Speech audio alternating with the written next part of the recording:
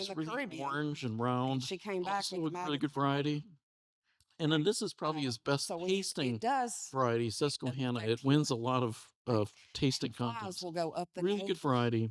or in the It doesn't ears, produce a lot of fruit. right? That's the only And those knock are against it. places that are Really more good controlled as flavor, well. but and not So, as much you know, this production. is a human But still risk. really worth planting a So few we're of them. doing everything we can. So if you have more Like I questions, said, now with we avian have flu, we usually a couldn't control grafting the event in the birds, spring around May, and and then we we had usually one have home the down third in Thursday of Florida, September is and Pawpaw Field Day. to the So wildlife if you like get an deer, opportunity, come on those out are and then we'll migrating. have fruit in the So it is September moving field northward. day, right? That's when we're in the height of We're keeping harvest. track So of you it, can come on out but it may and taste some have fruit. another outbreak But this you can track us on Facebook. You know, I try to make sure we post something every week or two up on KSU questions. Pawpaw. And then also the web page now, which has been redone, and it looks a lot better, I will say. Still kind of transitioning some Well, things so the girl on over, the cruise, but the you know, KSU if she was over website's on the been beach or kind of whatever, upgraded. So if and you they want, you lay can do the eggs in QR her, code and find out more and, information you know, about those those eggs things. can hatch in just a So day or two. I think we have time for some And they hatched questions. into Well, we got 10:33. Any questions? Actually, I'll go back to this so you can look at that. Yes.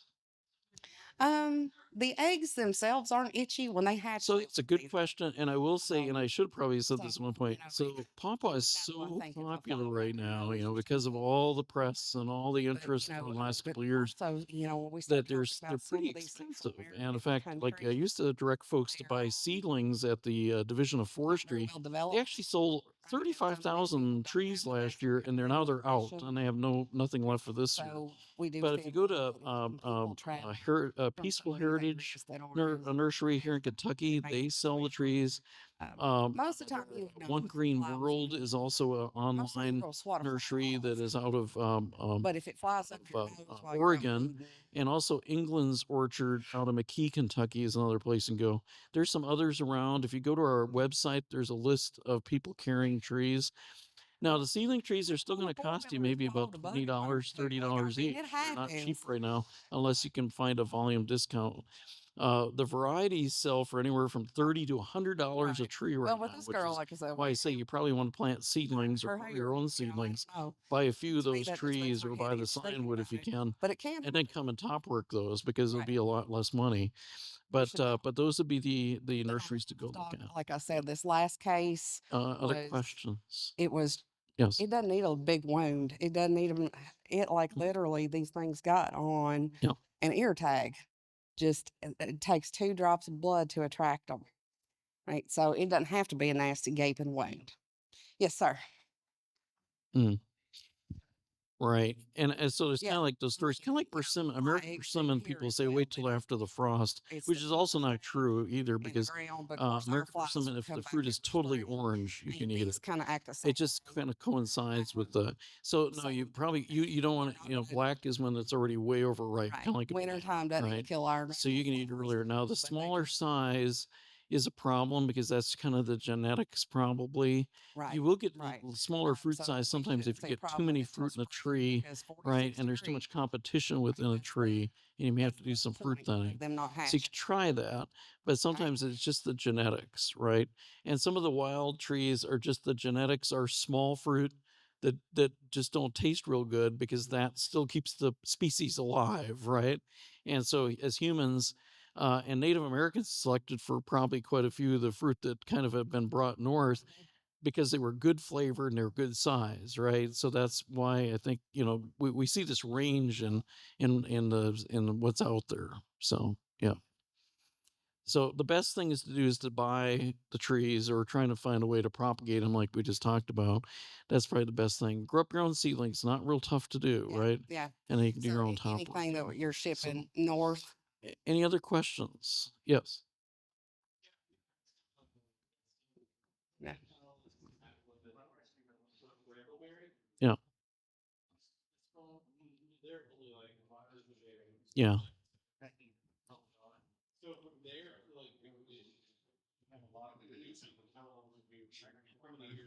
Yeah, we do. Right. So he's guy asked the question. A lot of nurseries are selling very small trees right now because they are worth so much money that people are, buying them small. And of course, it's easier for a nursery to ship a small tree. Now, if they are about a foot, they really can benefit if you And a do lot a of tree people like shelter we're getting around really them or upset do that some they keep shading populating around them, growing in that the first stress that year. kills 90% I of actually the bought a PA golden tree for the fun of it that's about that tall, and it was in a location I knew that it would be okay. And it only grew maybe 3 or 4 inches too. Yes. So it's So the going down this first USDA year as a small tree. we are down there Next year you'll see in more Mexico top growth on it. building a So it facility just with our probably is going to money. delay it. It's better not to Because buy a we're tree really more than about a foot and a half tall, though. waiting for it to come Also, to us. if you put in big Um, trees I've talked to some with large people, root systems, they don't establish as well either. So communication the between kind of the two sweet spot governments. is basically about a It's not foot to a always the foot and a half best. tall. If you can get those, So they're not telling usually us that means a every 1 gallon day, pot, and that's a but little we more are down expensive. there Probably building worth a little facilities in extra Mexico money. to go in there and But fight it. that tree will get up to But speed, but it will communication's probably always the add a thing. year You gotta or bring so to that. politics Yeah, yeah. But that's kind of where we're at right now. The nursery industry is kind of, I'm not gonna say cashing in because they're making a Right, living well, off and of this, right? And it's a lot of work. get under But they're 40 definitely degrees doing with well the right weather now with the but, pawpaw world. There's a lot of people willing to pay a during the lot. wintertime, Yeah. it can get in You Texas, can try and Mississippi, now we get this Alabama, question quite a bit. you know, They're hard to transplant as root suckers because there's not a don't great do the root cold system underneath them. So it's difficult to do right, that. we got Sometimes you a can kind of little bit of coax them to grace that grow we don't certain have to worry areas about in and the start a wintertime, tree but in that way. summer we right? very well may. Right? So, but yeah, it's hard to transplant without having suffer. Yeah. The best source for signwood that I know of right now are two places: Peaceful Heritage Nursery here in Kentucky sells signwood. In fact, he just put on Facebook he's selling they test milk from the signwood right cow, now. test milk And then back up, so Clifford we're careful England about that. Nursery over here in Everybody McKee also sells signwood, so you can buy budwood from him too for these different varieties. Right. And that's not a bad Some route were to take. good, right? Yeah. But you were used to what So was we on do your have farm, 35 but nurseries with the birds across the United States can't and control over in that. Europe licensed to sell the KSU varieties. We get a little bit of royalty back from each one of Anything those. So there's a lot of nurseries out there that you'll find carrying these different, KSU varieties. So you can look at other nurseries too out there. Just if you bring them up on Google, you'll see all kinds of folks selling them. And but hopefully go. If we license them to sell, they're a reputable nursery. You can at least say that. Yeah. So, all right. Well, thanks for coming out today, and have a good rest of the meeting, and stay warm this winter. I'm looking forward to snow, but I'm not. All right.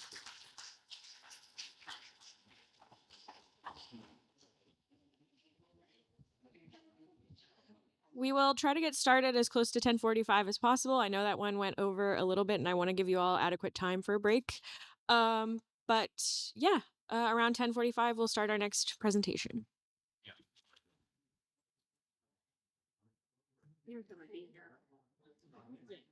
I'm gonna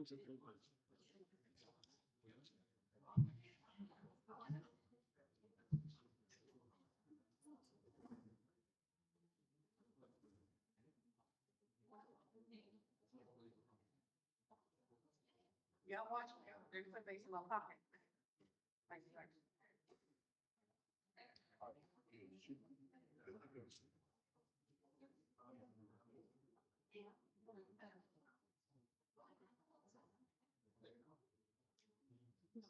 So I think ones are up and running.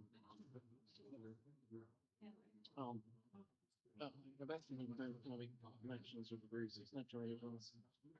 We're probably gonna have a Zoom meeting at some point too. Just gonna talk about it. I do have some folks who are doing some interviews. Perfect. Yes. Yeah. And I know that some of the UK jurisdictions, I at least in Hebrew, I know Yeah. Syria and Okay, we're good. We're good. But yeah, is it be good if we are trying to do some testing on some more varieties to it. Yeah. So you've got some folks on trees, let me know. It may not be this year, but it could be the next year. But it's really time to get that planning wrong. So. Yeah.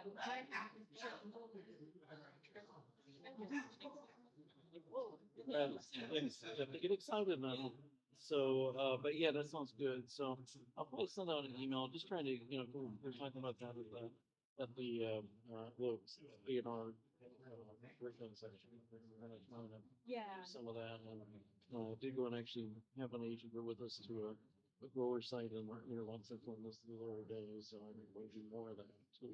Yeah. And we also have some big thing in Sarah plantings Not close to you though, I don't think, but there's some in Western Kentucky that are from like anything. It'd be good if some agents would be able to you can see how they're doing. So what's good?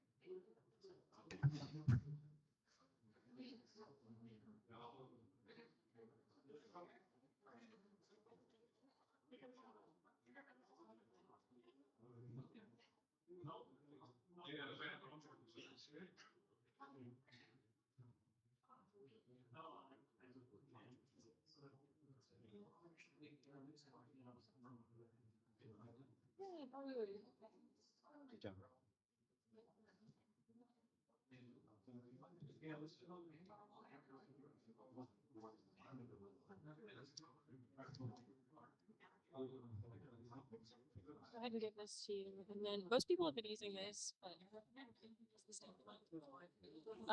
and I'll give it a few more minutes and then I'll introduce it. And how do you pronounce your first name again? Alhaji. Alhaji. Okay.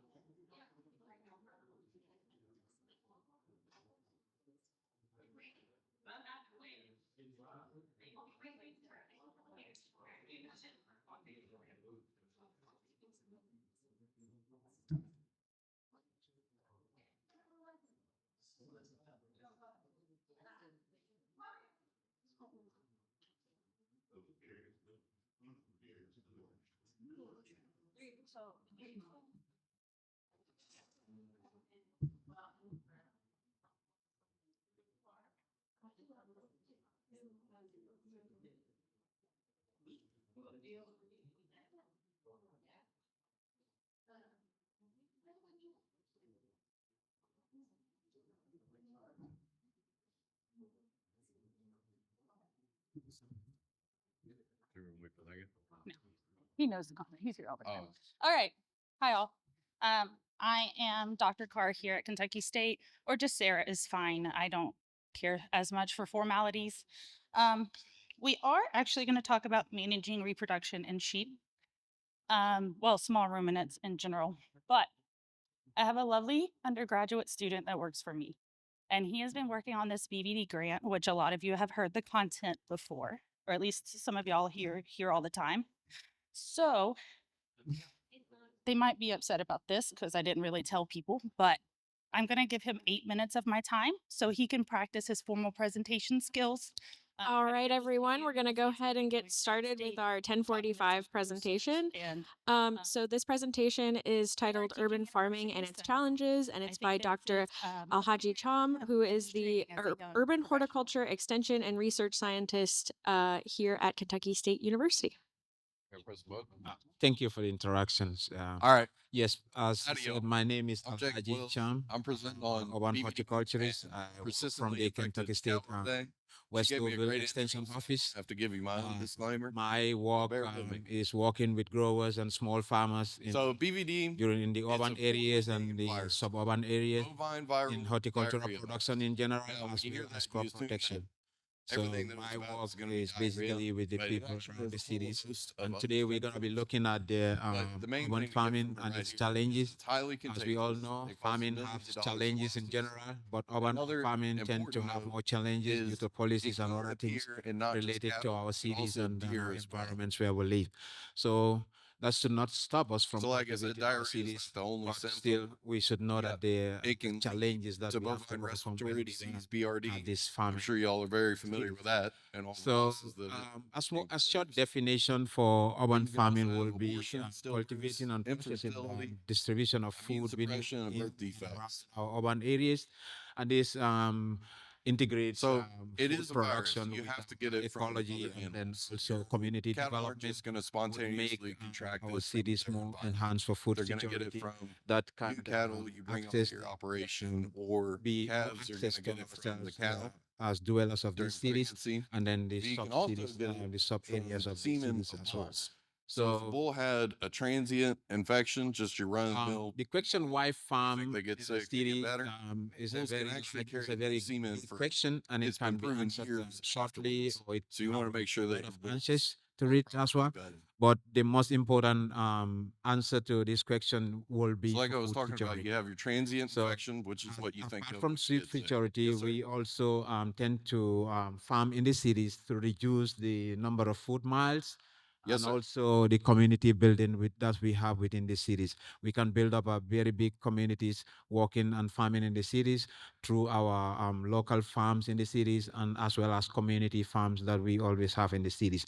This all integrate the community together and then reduce the miles that we drive back my and forth to get understanding, our foods, and then most of your also bulls that are going to be used reduce regularly the for breeding and increase stuff like that, they do the test. access to fresh local foods. So in urban farming, there are different systems that you can adopt.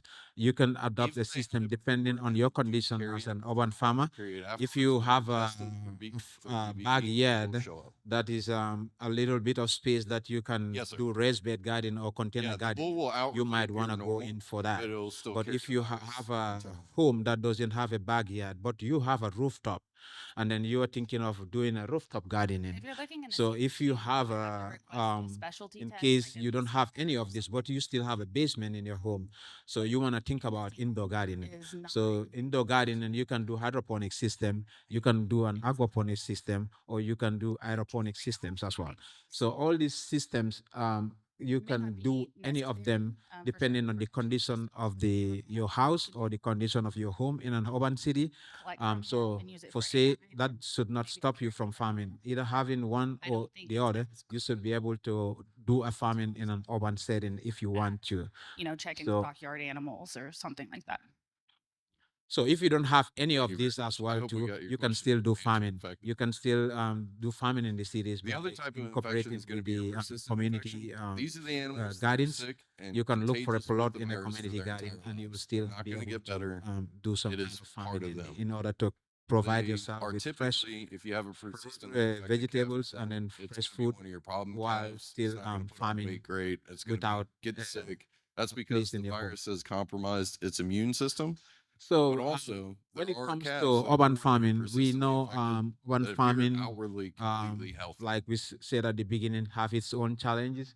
But when we So the do most farming in the most urban common ways to get environment, a PI we still calf gonna is if have the mother is a persistently socio-economic infected benefits of this she'll farming give that we birth to do in PI this calves. environment in an But in our urban the settings. most common That thing is, we is will if the mother empower our gets infected communities with the through our virus, local a food regular systems. transient infection We will during also support gestation. the youth and adults training programs, some of which So we if have she in gets the infected KSU in the here. first month of So we'll pregnancy, also be able she's to not going to provide keep that small calf. scale She's going to income lose it. opportunities for ourselves and then But people who the work with us in period this of 2 urban to farming 4 settings. months is when So you we can get your also persistently infected enhance calves. our neighborhoods, aesthetic, and The our reason why properties that value. happens is So because having the to immune do urban system on the farming calf in is some of forming our at that properties period. will increase the So property value. when So it's we being can formed in utero, um the immune we'll be system able to sell our is properties when we formed want to with the sell them, virus when in we it increase the value to of where it these. thinks it's just a So part of the calf. another, It's not another gonna mount important thing that we an can immune get from this will response. be But if the environmental mother gets benefits, infected which many anywhere people between month 5 go to into 9, urban farming she'll probably have an to abortion, or increase it's these possible benefits that she'll with have a for normal their calf too. environment, for their area, and then for the people, for their neighborhoods. That is to So the reduce best the ways to go carbon about footprint. testing, you have And then shoot from side the tests, which you transportation can buy we and will you be can doing do for these testing crops on an to- operation, we all or you know can what mail your transportation notches means out to to the the University cities of and Kentucky, urban or settings. take them to your So local recycling vet. organic waste through composting, we'll be able to use most of our chicken residues and other things from our Yes, sir. homes to do composting that we can use in our backyard farms, gardens, and our raised beds. Yes, you can order snap container test farms tests. behind our houses. And So the we'll ones also that be I've able to done improve use your one notches, air but quality there's and then also reduce blood heat tests as well. effects that affects our communities. Another thing is that we'll also be able to encourage pollinator biodiversity. So I see in a lot of cities now they are encouraging the pollinator biodiversities in some of So the for the parks. ear notch So testing, these are all you have ways an that ear notcher. we could Has anyone used one of these before? aesthetically improve our communities and Okay, well, our it's really cities simple. and You just hold it up neighborhoods to the edge of the ear and quickly and with So enough like force we to said take a from little the notch beginning, out of the ear. urban You're gonna farming place will it have in its a bag, challenges, you're gonna label and it, then CAF's urban information, farming and from there is you can promising decide as to well. send it to But UK, like the take it to your challenges will veterinarian, always hold you or you back. could drive it to But the lab we yourself. tend not to go by staying back with these challenges. We tend to do things that will get us The overcome inside some stuff of these can be kind challenges of and continue expensive. farming It's gonna be in some cheaper areas. to have it How done would we do for that? somebody else. We have to follow But some if of you the steps wanted that to I got do before everything to in get us house into and that. maintain that independence, it's a good So option. one of the key challenges that we have in the Can you make urban it back? settings when it comes to urban farming will be So who are you testing? space Well, if you and test your access to land, calves and your calves which is turn one out of the negative, most you important know the mother's gonna be assets when it comes to farming. new animals that you bring So onto your what, operation. like You I wanna said, get them that's why tested we as well, also have as well as quarantine them. options when And if you have we don't have calves, access to calves these that lands. So abort, we can use all it's generally a good idea to test them as well because overcome they may this have challenge. aborted due to the virus. So another challenge will be soil contamination. We have soil contamination in most areas. Now, in if you have a cities. positively infected animal, Some of the contaminants that are mostly frequently you're in gonna our want to cities retest is to just heavy make sure. metals, lead, and other Now, some if it's a persistently more infected powerful animal, contaminants it's that always we going to have come in up our positive. cities. It's not going to We get. also have There's problems two with options you access have to with that. You quality can sell it to somebody that water feeds out in our PI cities calves, because some of but the most either of the way, water you're that gonna end up in our having cities to comes use from that. The reason water you sources want that to do that is, although outwardly it may we appear they completely incorporate a lot healthy, of chemicals and to it kill seems like some you're of taking a big loss, microorganisms in this that water. animal So is that continually also have some infecting all the consequences when other it comes to animals plant on your production. operation. So the So economic it's, in the viability end of the day, is you're another losing a lot more money. challenge, key challenge to some of the urban farming challenges. And then So the prevention, last like I but said, not the least testing will new be animals that knowledge come to your skills. operation. So this is one thing Vaccinating is the always a KS good approach. doing very well, trying to You're going to want to more limit your extension travel agents in between included in different our farms as well. urban And just be aware communities of to where you improve our might challenges train to meet this contagious. challenge of training many people in urban farming. An example of that So is these are our the note cards. We are going Course to have cohort that's one thing that I do want is to right point out now though hosting. is killed vaccines versus modified live. Your So modified live what is the vaccines biggest are going to be more barriers when effective, it comes to but you're going to want to urban use killed farming? vaccines So on the biggest pregnant barrier, cows because if you use according to modified live on some of pregnant the cows, sources that I there's have a chance looked that at, they'll lose the has calf. been access to land and its cost. It has been one of That's the all I have. Thank you the very most much. challenging stuff when it comes to urban farming, and this is because there is a lot of competition when it comes to acquiring land in the urban areas. Thank you all for We have realtors who want to buy land and then use it for other uses, while we have environmentalists and then agriculturists and horticulturists who wanted to get these lands to use them for community garden, for green spaces, for pollinators, biodiversities, in order to increase the the aesthetic of the cities and then our neighborhoods. So based on the industry survey, access to affordable and suitable land remains the single greatest barrier to starting the new urban farm. So also there is a study by Dr. Cesar, now working at KSU, who did his thesis on barriers and opportunities to sustainable urban agriculture, So I know which a case study that he did in Louisville. And then he found out that access to land and lack of financial resource are the most challenges dairy goats. barriers when it comes to urban farming. Sheep in here? Sheep. Well, yeah, you. Okay. So Sheep. for the foundation for every farming is the soil. So in urban soil, we tend to have a lot of these problems when it comes to contamination. So, but we have to try to build our base when it comes to having a healthy soil. So what we do is we have to always test our soil first to know what we have there, because there is a saying that a proper management starts with understanding what you have. So before you can start a management strategy for your soil, you should know what is in your soil. So that's why in urban settings, we've always, as horticulturists, We as have to continue agronomists, to and reproduce. as All species have to agriculturists, we also always encourage you to first test your soil, especially in an urban setting. First test your soil, know what is in your soil. talk about a And then little if bit. you don't Production is a luxury, have as the Dr. adequate So proper we cannot produce without nutrients reproduction, but we and have to consider a lot of contamination level in your soil that is required for you to start an urban farm, then you can look for other production options is to start this urban farming system. They are what we call short day breeders.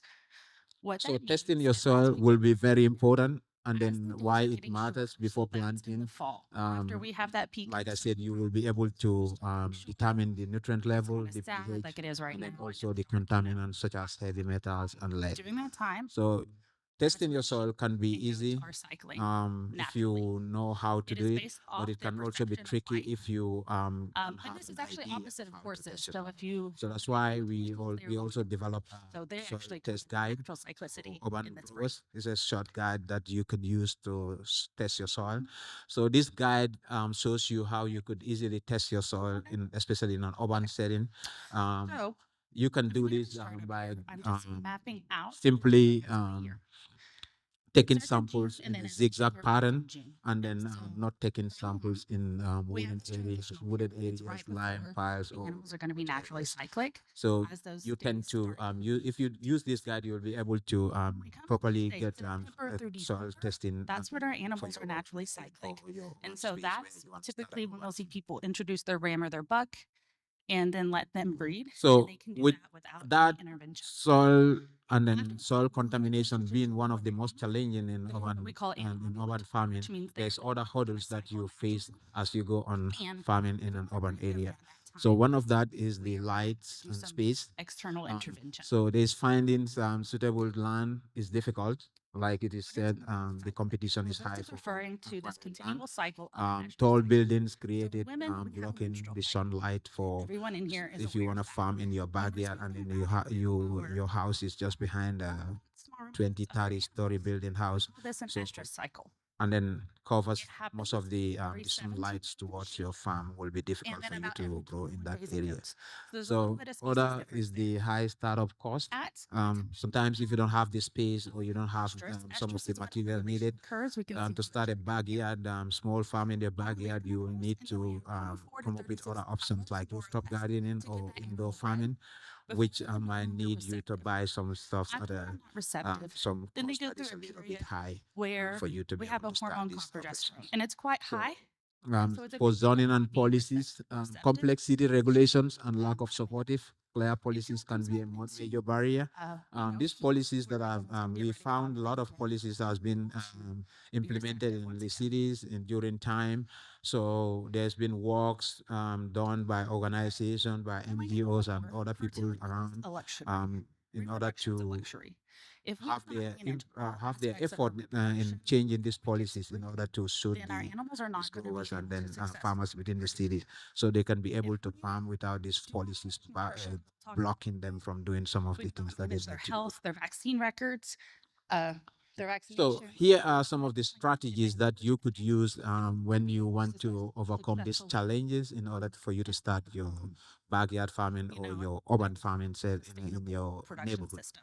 One of the challenges, one of the strategies that you can use is that you can Like I use said, to promote supportive urban agriculture policies, just, and then also encourage soil safe raised bed system. Raised bed system is one of the biggest and the most encouraged methods that people use to encourage people who want to farm in urban settings, and are you especially want to farm in the soil behind their house. we really need They to ban because it's reproduction always consent encouraged for you to use raised beds management year-round. because you don't know what's in the just soil, especially if you don't test your soil to know what is there. It's always encouraged for you First, to we use have to raised consider bed gardening goal. or Typically, pot it's not garden, container gardening, etc. We have 2 teats, Also invest in water efficient Land- technologies like drip use the irrigation, rainwater Two harvesting. kids are very This rainwater harvesting is very important because you'll have a natural water that you will not have to worry about any of the factors affecting this water. having more So you will have more a water that you can use for your irrigation system without needing for any treatment or for any other so we're shooting for thing. 200%. You can just That's a harvest the rainwater and just use it directly in your urban farming what system. is profitable and what is Also develop urban wanna farmer think about cooperative and market we also have to linkages. think about what is And the value also of one by more. integrating If we think education about more and extension support more land, for growers, clearly we can also more means more meat. overcome some of these challenges when it where comes to The value of one more may be less than the so cost of knowing all or most of these challenges that we face in our daily life as a urban farmer or someone who want to start a urban farming, you've hit that we 200% also should have this in our mind that it's not So I'm that gonna all talk is about some bad different for the reproductive future of someone who want to start a urban farming. Some of them can be Um, expensive. there are innovative policies, technologies, community engagement that are paving way for If the investment more resilient urban food systems nowadays in our it cities. takes And to we have seen some of these in cities like Louisville and Lexington and other cities. All right. So I'm going to give you, this is an example of an innovation in policies for urban farming in Louisville, Kentucky, My timeline here, where Louisville is advancing it goes urban through a full agriculture year and through then back to update and development of codes that And I did this allows just to more show a community couple different gardens and farmers markets. So these are look at policies this, that we have really considerations when we encourage do it. people who So, have the intention of having or doing urban We know farming that it's hot to in be the able summer, to cold in January and February. invest in urban snow, farming or be able to ground's grow hard. their own food for their own So it's production. very wet and So gross, but also we'll new start seeing the urban forages come. agricultural programs that It's coordinate hot. city support The and good reduce news is barriers for This is growers are also being implemented in the city of, have those for little example, kids on the Louisville. and what And then partnership also with affects groups and organizations strengthening the If you implementation are and trying then to also the outreach. out in the field. For example, KSU and then ground's frozen. have been in You have to be considerate of the have fact been in that partnership with a lot of organizations in Lexington, in Kentucky, in Louisville, and they and other parts of Kentucky that As we are move to wet season, strengthening there are implementation outreach of and so extension consider educators what in that order looks to if you're teach breaking these them people indoors, about then you're ways using that kitchen they could jugs. You also have use, to consider some of the strategies that they could use to whether they're outside. start their urban farming or And then increase what in they the have summer, as urban if you farming. want to drop some animals on the ground. These innovations also promote Those food kids security, don't equity, necessarily and sustainable city development. They don't grow like we see some of the other kids grow.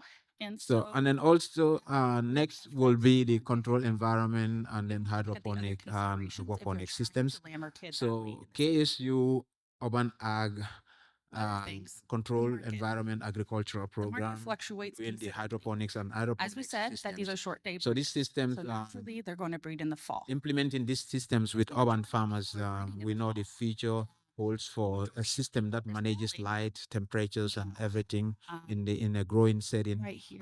It's really good for a farmer who have, let's say, a container farm or some kind of indoor growing system that is in there. Is that off So recently, KSU has purchased 2 container farms from Fried not Farms, talking about and this these container farms but I are just want you to know that hydroponic this is container what farms exists that is meant to be for extension and outreach as well as research. highest So market.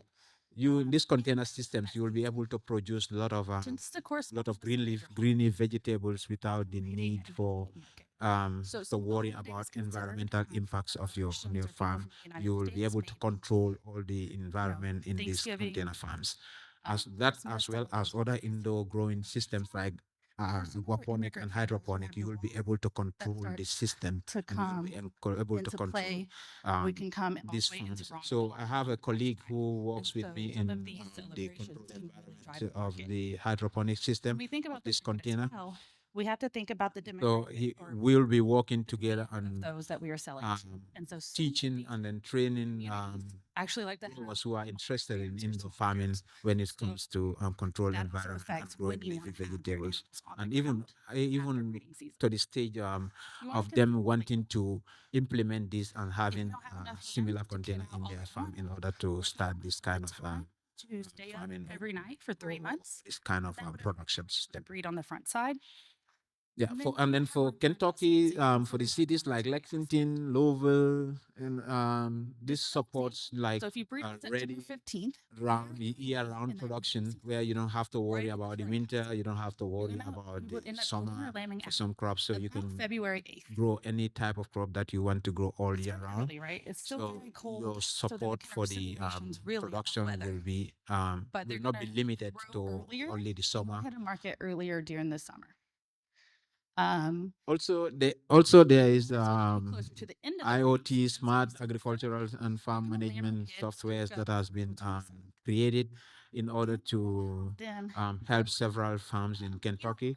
For example, the development of and become so ready. technologies that monitors and remote controls that Now, controls these if I'm not environments when it controlling comes to at all, indoor growing and and other it's a certain producer, types of growing and this in makes sense for in many our production urban systems, right? environments.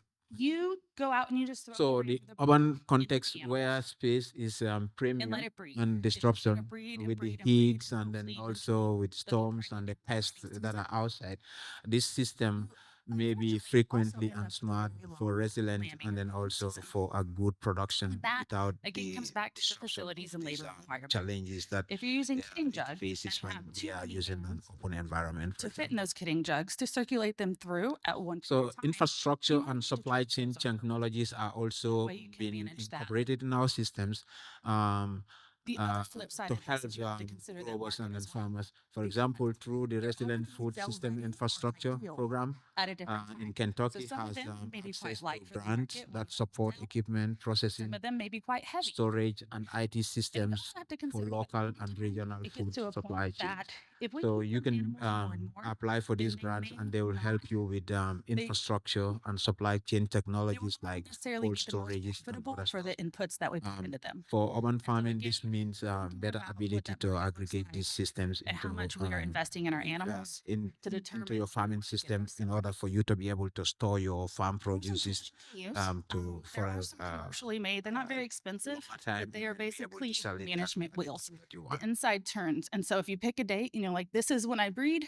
Also through education, technology, and training, Then the KSU Ag Urban Growers Cohort and the Home Grower Support Program, to when all they these should be trainings in They're new very technologies support these growers through side. workshops could literally and just Google strengthening practically date growing calculator. skills with So if you for know urban growers. when you put So those rings in, you can yes, it determine has the date always you'll be been expected to be on the the ground aim of without an account KSU to or on your have calendar. more And you agents could put your throughout list. most of the If you counties took in the the bucks out, in that Kentucky would be the and very then last day that most parts of the cities, so we can they can so that work with helps you. these growers and then these Simple tools. small Another farmers one is we have these to just train them in some of the new So technologies when it comes to growing and also like what you just how saw, they could except improve all their on one growing sheet. and then also how they Get up in could your yard.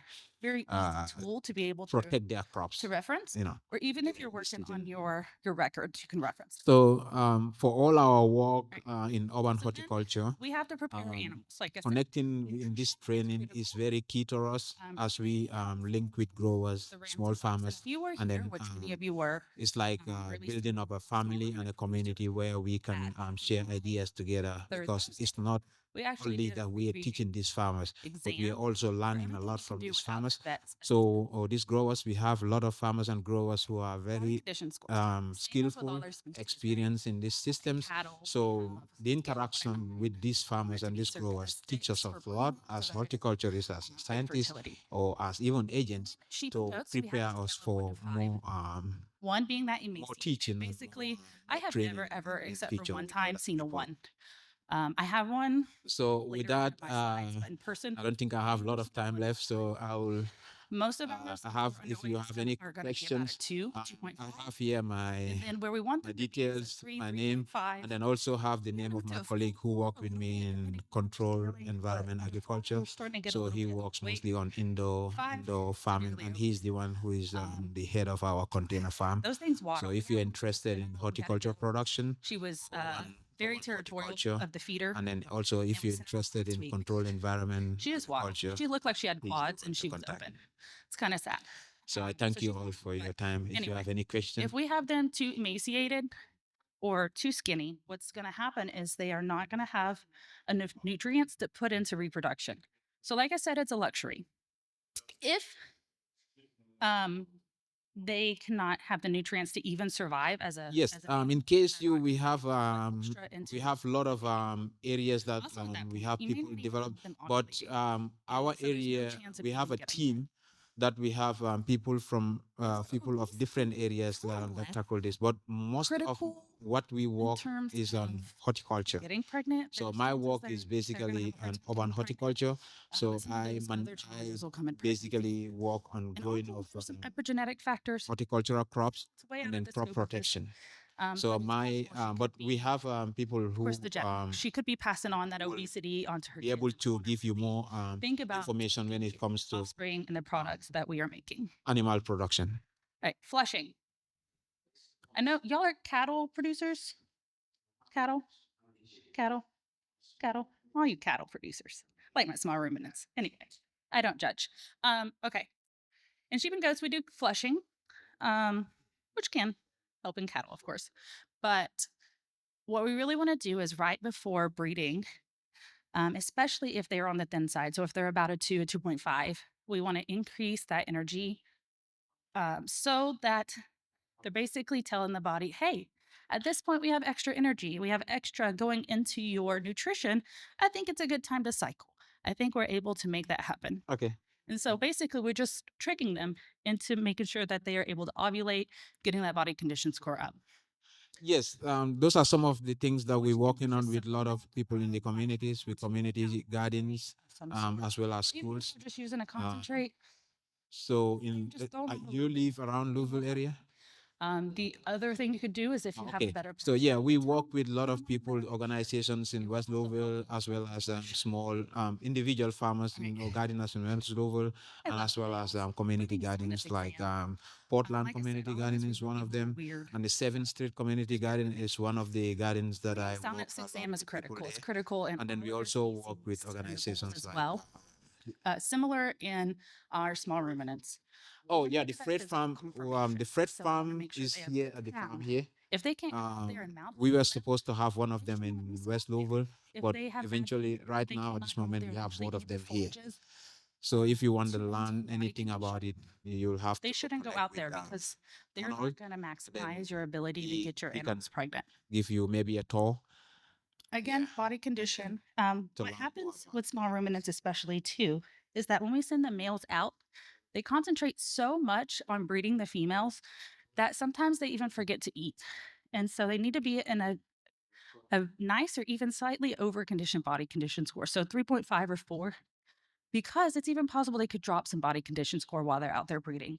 So we want to make sure that they are set up for success before we even use them. Yes. We do a reproductive exam.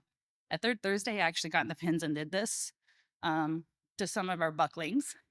But really, what you do first is you want to do a testicular circumference. You do this at the biggest part of those testicles. And besides For the testicle, from heavy metals, I don't know anywhere in Kentucky that does it at the moment, but I know of a private lab somewhere that there's a much does less tests for heavy metals. differential in the size of testes in mature animals. I don't know the cost but because in I've never did it there, it's but very critical. yeah. Because there is such an array of sizes. We also want to make sure that they are symmetrical, free of lumps, no injuries, they're not dragging too low below the hocks. And it's not up here, but we really want to look at their health history because if they have had a fever recently, Yeah, if you reach out their to stools ended up us, being we too will high, try and to the get sperm yourself semen, tested for all the that. sperm that's in there. And for a period of time, they're going to be infertile. Could be up to 60 days for that to completely replenish. So for or BSEs, I highly recommend doing those at least 60 days or right about The 60 hydroponic days system, before you mean? breeding, just in case there is an issue Yes, where for the hydroponic system, especially for the container farms that are right now in the Now, we also market, look at the there are semen. container farms that you can be able to produce between it's done by a veterinarian. 1,000 to 1,200 heads of lettuce The reproductive week, exam, that stuff. You because can the usually do growing yourself. is like a process of gonna bring in a continuous veterinarian. process. You can at least When you while you perfect every week you tend to we look at our semen every now, week you sow more new seeds. semen, So the growing is like That's how well it continuous. swims. And after you start harvesting, you harvest every week, and They you'll won't be able always to be as harvest low between as the looking at 1,000 to the 1,200 heads sperm, of lettuce. but they will look and see if So there's just a with the glisten calculation and the for the market and that and can then tell the them if that business sperm is active. strategies, most of the container farms that they are coming So out now, morphology they is comes with a sort basically of a marketing strategy that you could use, data that shows and you, but then it's just the ways that you can how make well profit out structured of that it. sperm is. So they If the yes, tail, they can be it's a healthy profitable. sperm. So there's the head and the tail. It's all straight. You would think that these could swim straight. If they're swimming in a circle, if there's two heads, if they don't have a part that provides energy, Yes. all of that is going to make It that depends on what type of growing system you want to use in your garden. critical. If you just want to use a hydroponic system or hydroponic system, You put it out there in it the field, shouldn't cost a and lot, he's not so fertile. it should be You lose profitable. that entire breeding But season, you can also especially if you've left it incorporate out there for a period of time. fishes and make And it you an don't want to come aquaponic system. with a year where this That might animal is be not able, you're not going profitable to have your as well. offspring like you need to remain sustainably productive. Fish. All right. We also have to consider Fish, our if you are doing an aquaponic system, the Um, fish are on a Some controlled person tank, online. so Now, it will depending on your not production be system, you can so. push some of these ratios higher with our But mature rams. in most of the cases, when people do We want to aquaponic, stick they're not around 35 to 50 doing it to sell the fish, in our but they're our doing rams. it to sell the For the crop. yearlings, 20 to 30. They're doing it. The fish residue will be used as a fertilizer to the For a buck during to doe the system. ratio, we have So 20 it to will be 40. used basically for you to produce your And then crop for the and sell your yearlings crop or our bucklings, while that's you're 15 not to 20 selling does the per fish. buck. So I've seen one system where they have only 5 I know fish, Dr. Lay did her chicken and then they'll today, be able but to if you listen to her talk, she is um, very lettuce fantastic for at giving her 6 her, months continuously. talks And regarding then they were our able to not grow just a fecal lot of egg counts and what a that lot looks like in during our that supply time. units. That is something we absolutely want to do. In 30 to 60 days at least, because if you have to treat them, you want to make sure that you're able Hydroponic to systems. overcome some of those Okay, for a hydroponic system, if you just want a smaller hydroponic system, We want to we are looking at few hundreds for a startup. But if you want to have a bigger hydroponic system, then the cost will be a little bit higher. But just for a small hydroponic systems, and then you might not only it might not be expensive if you buy some of the materials and then build up your own hydroponic system. Which is some of the things that we're trying to do with my colleague here. We're trying to buy some of the materials, build some kind of demonstration hydroponic systems for this one, that people can replicate and then use in their own growing settings in order for them to they need to be at least 2/3 of the mature yeah, for it weight to be before we more breed them. If we're gonna cheaper put a for them number for on the that, growers. we can shoot for about 80 Less for less breeding. yeah. Depending on where Say something about that. or when you put them on the ground, whether it's January, February, April, May, they could hit that in the first year. However, in most of our production systems, unless you're really pushing for this, Most of the commercial wanna wait for producers that use. subsequent So you'll breeding be able to have, like, to if you're actually growing get them lettuce, you'll be able to have, maybe if we push 20, them in that 25, first year, 30 lettuce yes, plants they per can get meter. pregnant, likely going to And throw a then seagull. you have a good What source we where can you do is find end up like the stunting them, hydroponic nutrient their growth and solution, their then productivity you'll long be able term. to grow So more these are things we really want to consider when we are trying to breed doelings or ewe lambs. All right, are they ready? How are they going to be serviced? Natural service, the most common. We go out there again, throw the buck and the ram out in the field. He services them. You can even do this if you are synchronizing. So you can control that season and still use natural service and release that bigger ram. The pros, low labor Yeah. cost. Yeah. So Higher hydroponic acceptance rate. system, That's important. they're basically In our beef cattle, we see higher a system that is Not with their mean to AI, produce mostly traditional AI. vegetable production. So even there are Also the case in our some kind of hydroponic systems that are not With suitable for breeding, rooty vegetables yet. control. So, but like there is I a put lot of research and a lot of Not as much technology advancement in some of biggest thing is if you didn't in do a order to BSE, increase that soundness or to exam, come up with more you have the hydroponic potential of systems that putting in a bad grow sire. more crops. And But like for again, things that's like hay, critical I because don't if think you that's possible at the moment. then you cannot have healthy offspring. I might be wrong, but AI exists. It is nowhere near as prolific. If we're lucky, we can get 40%, and that's on the high end. So again, not like cattle, but there are reasons we do it. Normally it's for genetics. We do this in a lot of if we're trying to make breeding stock. Yeah, and if you have any question, I'll be around all day, so you can resort more to AI. just shoot me a question. It's a lot more expensive. And there's technical skills. So I put these pictures up there because it's interesting, not because I'm promoting this in any way, but laparoscopic AI is actually a technique we use currently. I say we, I have never done it. I take it to a specialist. But lap AI exists, and we are going directly into the uterus to fertilize those animals. You can see there's specialized equipment. You have to have specialized people, or we can do just in the cervix AI or vaginal AI. Again, those are even less effective than the laparoscopic. In the future, though, if you're interested, I hope to be doing producer AI sessions for small ruminants, hopefully starting next year. So, to be continued. Not lap AI, like I said. Tools. Tools we can use are the ram or buck effect. We can do marketing harnesses. That's typically for sheep. During lunch. And then different forms of synchronization, which I'm not going to harp on today. Ram or buck effect. This is if we introduce a male after he's been separated for a period of time, he can induce a female to ovulate. And when he does so, it's going to all synchronize at least a portion of those animals. So him being introduced can make them cycle. Excuse me. Other things. So I put this up here. I know you producers that have males and small ruminants have seen this before. You may not know what it is, but basically it's called the Flehmen response. And he is sniffing pheromones, and he goes straight up in this nasal receptors.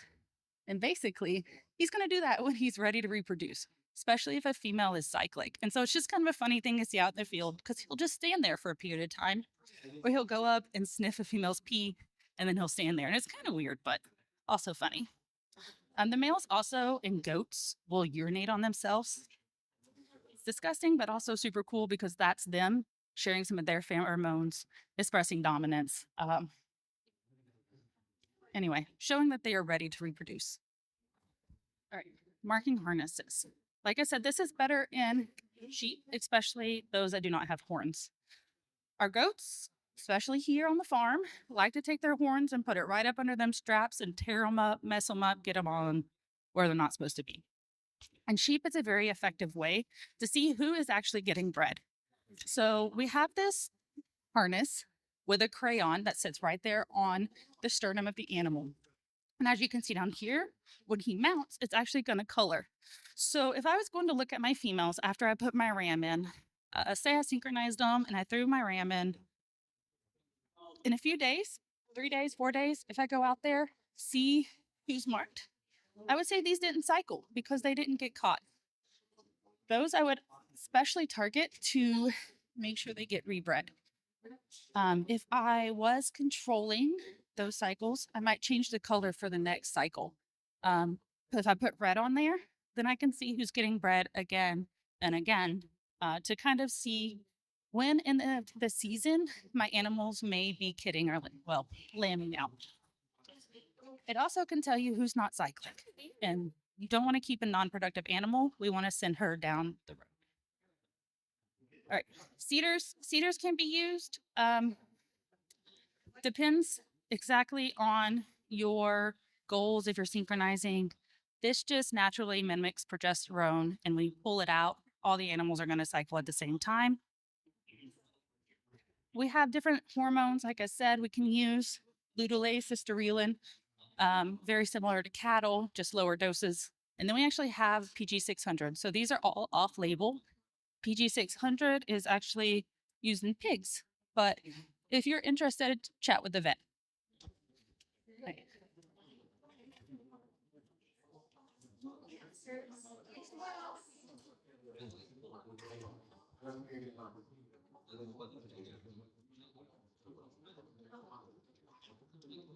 Okay, ultrasound, get vaccines. Not gonna do that. Feed, make sure you feed to the numbers. And yep. There are takeaways. Questions?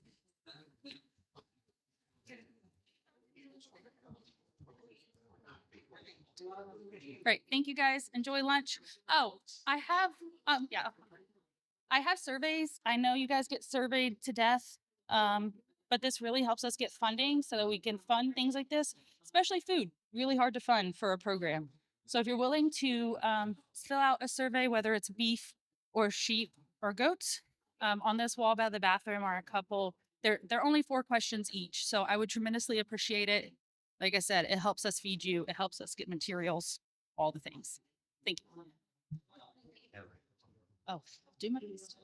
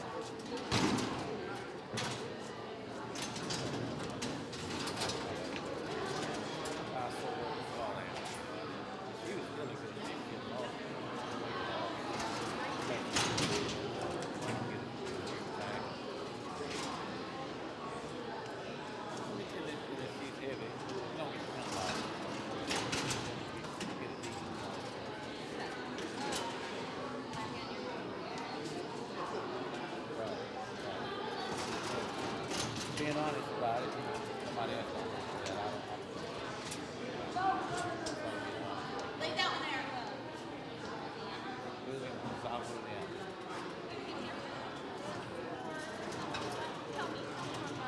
Well, this and I was in a leadership class at Southern University 20 years ago. So we got to touch with many people. So, hey, let's go to the small business conference and then we can have a little reunion out there. Yeah.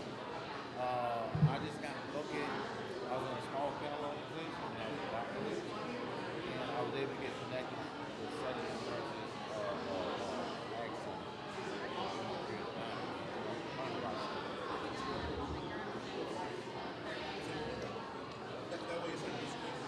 I just don't want anyone to see it. Like Edwin walked up here. How long have you been based in Kentucky? I started at the very beginning of July. You get there, now we get there on the festival. Oh my goodness. Some humidity. To the team then. Yes. What had you done before then?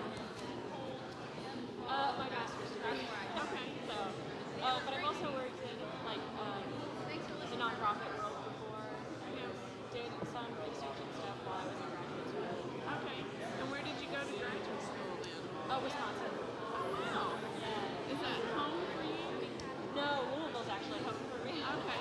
So it was a way of working your way back home? Yes. Uh-huh. Yeah, I did my undergrad at Bellarmine in Louisville, and then went out of state for a couple different reasons for a couple of years, and then came back.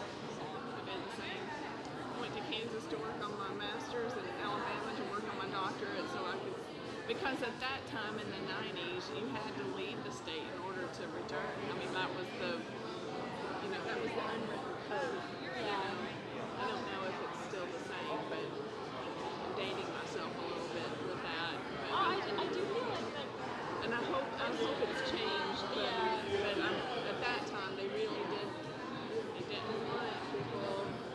They didn't want to hire their own. There was the perception that you needed to travel around and see other students and get to know people outside the state. And I can see that too. Yeah. But still. Yeah. I mean, it is. Most of my friends who are in doctorate programs right now are out of state. Yeah. So, yeah, out of whatever state they started with. It could also be like particular programs. Sure.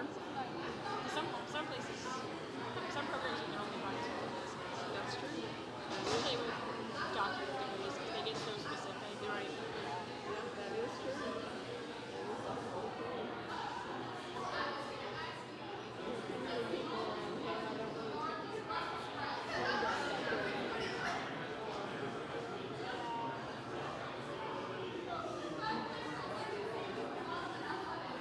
I would maybe wait just so it doesn't get lost in the shuffle.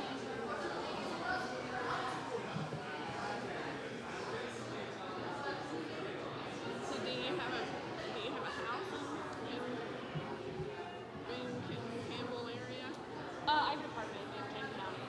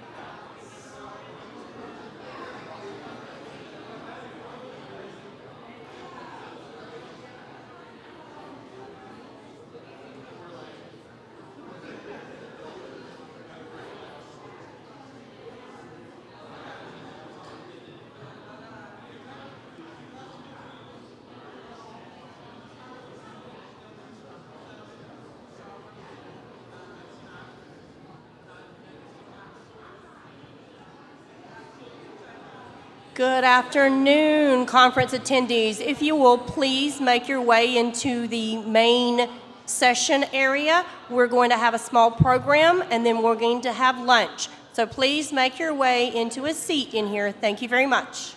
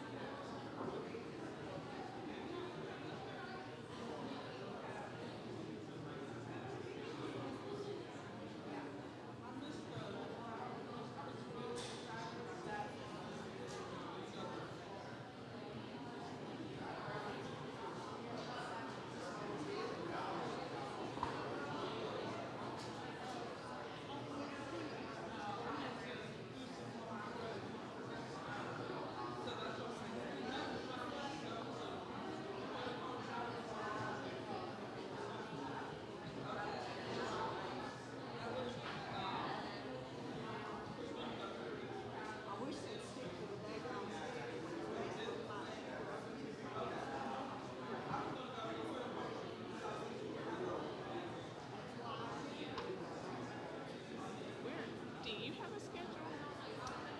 I just walked in and they didn't hand me one. They didn't have a name tag for me, which is fine. I have my badge. But it's a worry. Out there, they said, I think that I'm on at 10. Okay, yeah, 2. Okay, very good.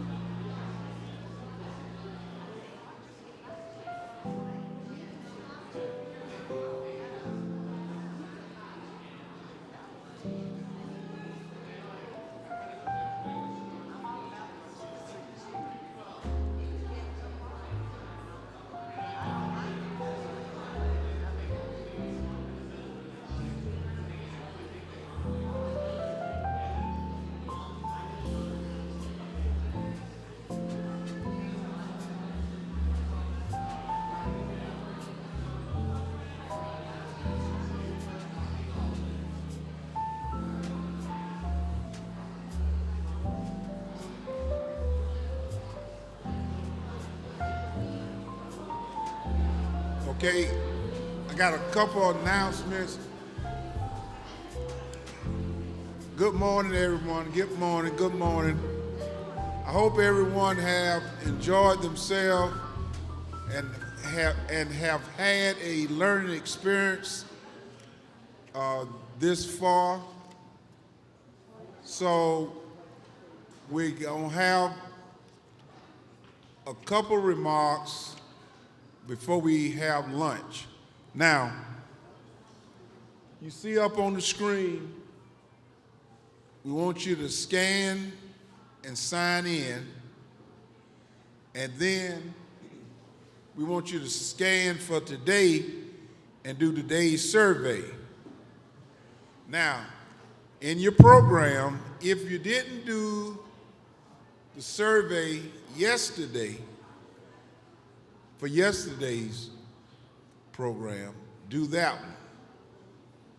Okay?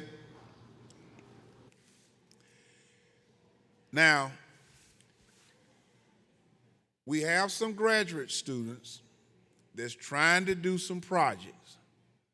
And I don't know if any of you ever had to do research. Help them. Now, they got two ways of doing it. They gotta, you can scan it. Or if you wanna pick they got paper too. And on the last page, you can fill it out and mail it back to them. Now they right around here, the reason we put them around here, they thought that was our team that we put this together. But we put them around here so that when y'all go to lunch, y'all could pick up one.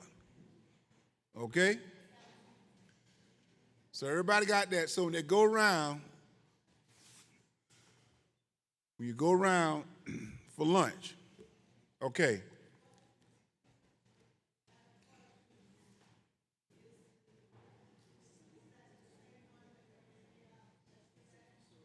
Right. Right.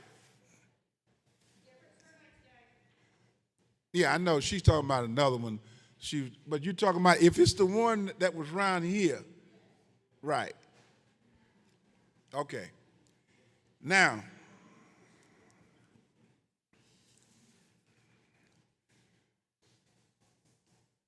Miss Eleanor Wilson, we're going to do a drawing. Miss Eleanor Wilson, get a hat.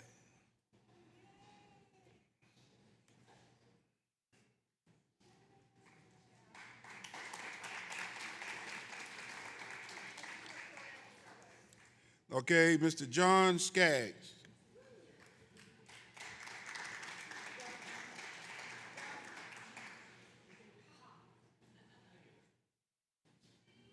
Ms. Jody Godshell.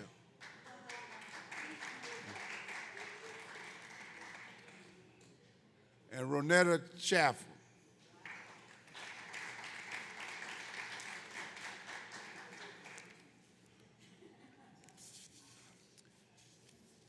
Okay, at this time, we're going to have some greetings before our lunch.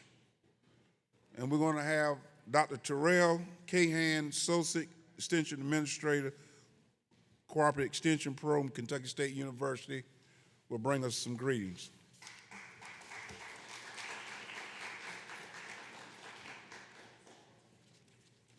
So, good morning, everyone.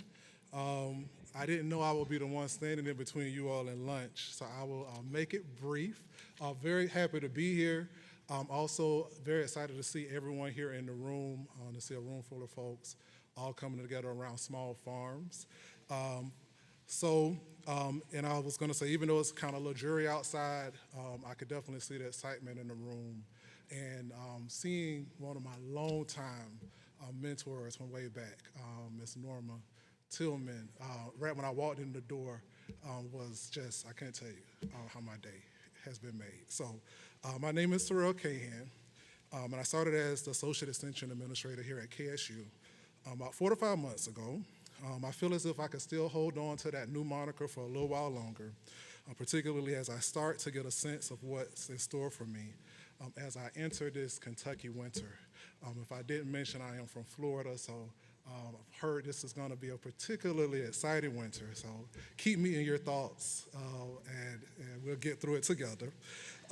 So first, I'd like to thank our sponsors, including Farm Credit Mid-America, Alcorn State University, the Berry Center, the Kentucky Farm Bureau, Southern SEER, the Southern Extension Risk Management and Education Program, KADA, as well as all of our colleagues at the University of Kentucky for their support of this conference.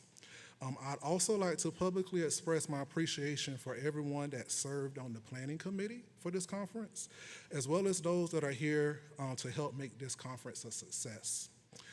Your Herculean efforts to bring this conference together year after year are highly commendable and should be celebrated. So though I know that I am at risk of downplaying the contributions of so many people that have come together to make this conference a success, which is not my intention, I'd like to extend special thanks to the staff of the KSU Center for Sustainability of Farms and Families, including but not limited to Mr. Edwin Chavis, Ms. Joni Nelson, and Ms. Savannah Miller. Particularly for them introducing me and orienting me, being kind of new to KSU, to the significance of this conference to not only the Commonwealth, but the region. So, as I'm sure you are all aware, small farms are critically important globally. They produce a large proportion of the world's food supply. Some estimate over 50% of calories produced are produced by small farms and are particularly critical to rural economies in the US and around the world. They tend to have more diverse production systems, which allow them to contribute to ecosystem health through their contribution of high rates of biodiversity at both the farm and landscape levels. So while small farms face challenges such as adverse weather events, market consolidation, and struggles with accessing credit and resources, they act as a significant source of innovation for local areas. They also serve as primary components of sustainable local food systems in many regions, particularly through their provision of a large portion of the direct-to-consumer sales that occur nationally. That is why I'd like to commend everyone for their willingness to attend this gathering as we all come together with the intention of improving the small farm. It is my hope that this conference will help small-scale producers identify and adopt new technologies as well as management practices, promote policies that enable the growth of small farms, and strengthen those networks of organizations, producers, programs that help small-scale producers obtain the training, resources, and information that they need to continue to feed not only the Commonwealth, but the world in an environmentally sustainable manner. Finally, I'd like to encourage everyone here to help reach out to KSU if ever you need support. We'd like as many people as possible to tap into our wealth of expertise found among our cooperative extension team, as well as the evidence-based approaches that are being developed through our basic and applied research efforts. So whether it be a training or resource on community resource development, family and consumer sciences, ag and natural resources, or 4-H youth development, we, along with our colleagues at the University of Kentucky Cooperative Extension Program, offer support on every facet of your life. And also, I tell everyone, everywhere I go, I'm a much better listener than I am a speaker. I'm always open to suggestions, thoughts, ideas, particularly those that help us help you and do your work better. So feel free to reach out to me or any of my colleagues here at KSU, and we will be sure to support you and try to support you as best as we can. And definitely, please enjoy the rest of the conference as well as lunch.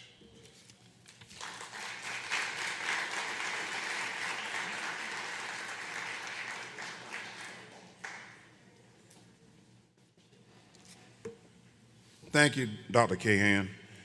Next, we have Dr. Jennifer Hunter, Associate Dean and Director of Extension, University of Kentucky.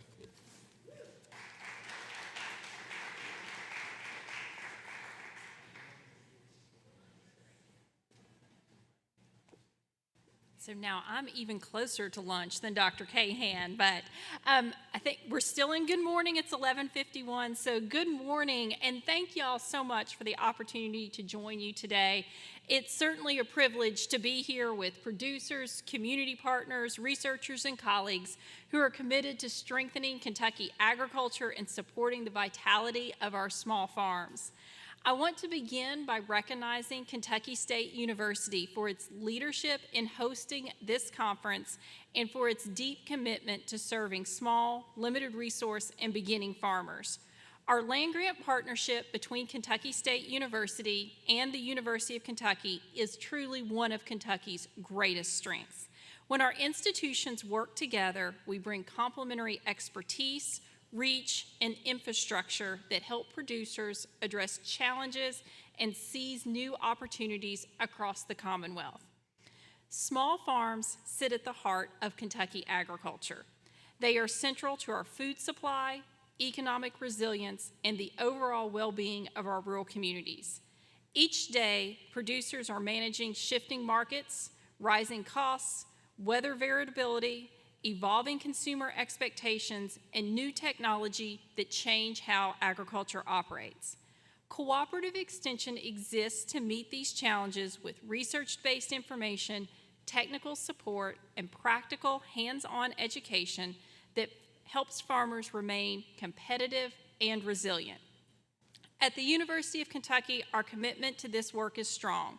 Our agents and specialists are helping producers improve soil and water stewardship, diversify enterprises, adopt precision practices, explore value-added markets, and strengthen farm business planning. We're also working to support farm families through nutrition education, family resource management, succession planning tools, and health and safety programs. This integrated model is one of Extension's unique strengths, and it's amplified with Kentucky State University and the University of Kentucky collaborating on shared priorities. Looking ahead, our partnership continues to be essential. The landscape of agriculture is changing quickly, and our land-grant system must continue to adapt alongside our producers. Together, UK and KSU are well-positioned to expand our training opportunities, increase applied research, support innovation, and connect small farms to emerging markets, technologies, and community partnerships. Thank you again for the invitation to join you today. Your work continues to shape the future of Kentucky agriculture, and Cooperative Extension is honored to be here with you in that work. I will also echo Dr. Kahan's comments of certainly our door is always open. If there is a question, a suggestion, an idea, please feel free to reach out. We were just chatting out in the hallway that I don't know what I don't know. So y'all help me know what I need to know so that we can better serve our people across the Commonwealth. Thank y'all.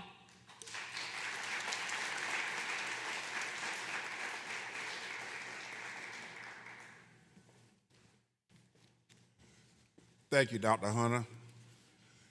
Now, next, before we have lunch, at the conclusion of today's conference, the buses will be here out front for you to board the buses, to go back to the hotel, and get ready for the banquet this evening.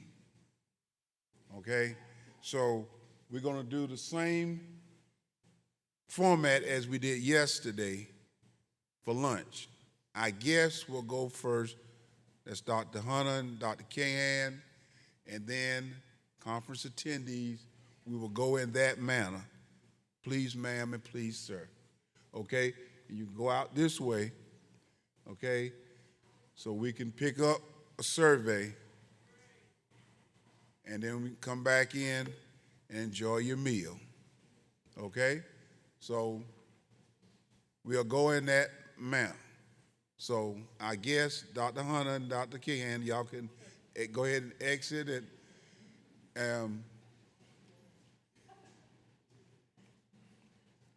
now our conference attendees can fall behind.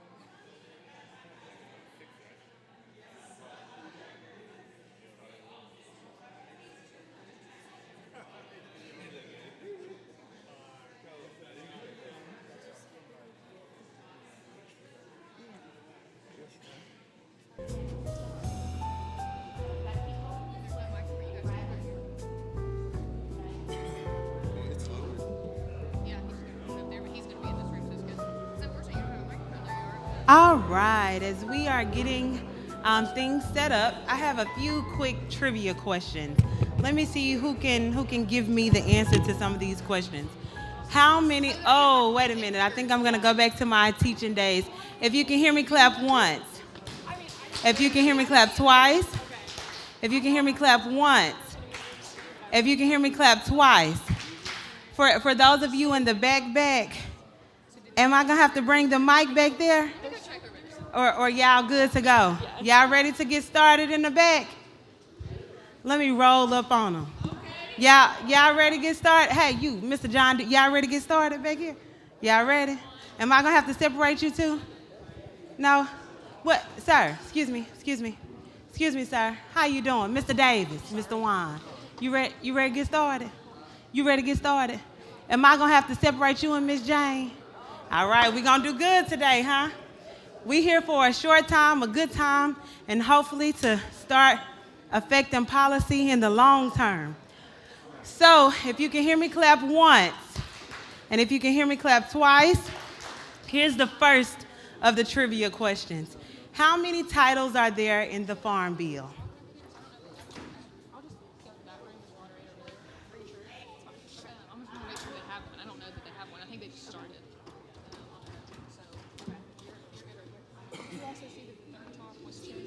Yeah, it's Sherry Dutton's. Okay, so you know, talk from this morning. Yes, yeah. No, I was this morning, so yeah.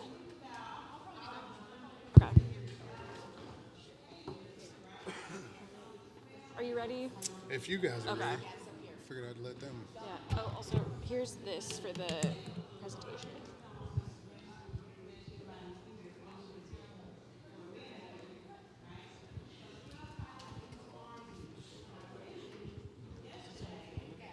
What was that? I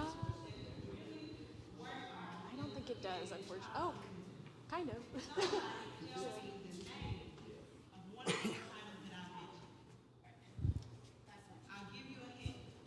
We're just going to give them one more second.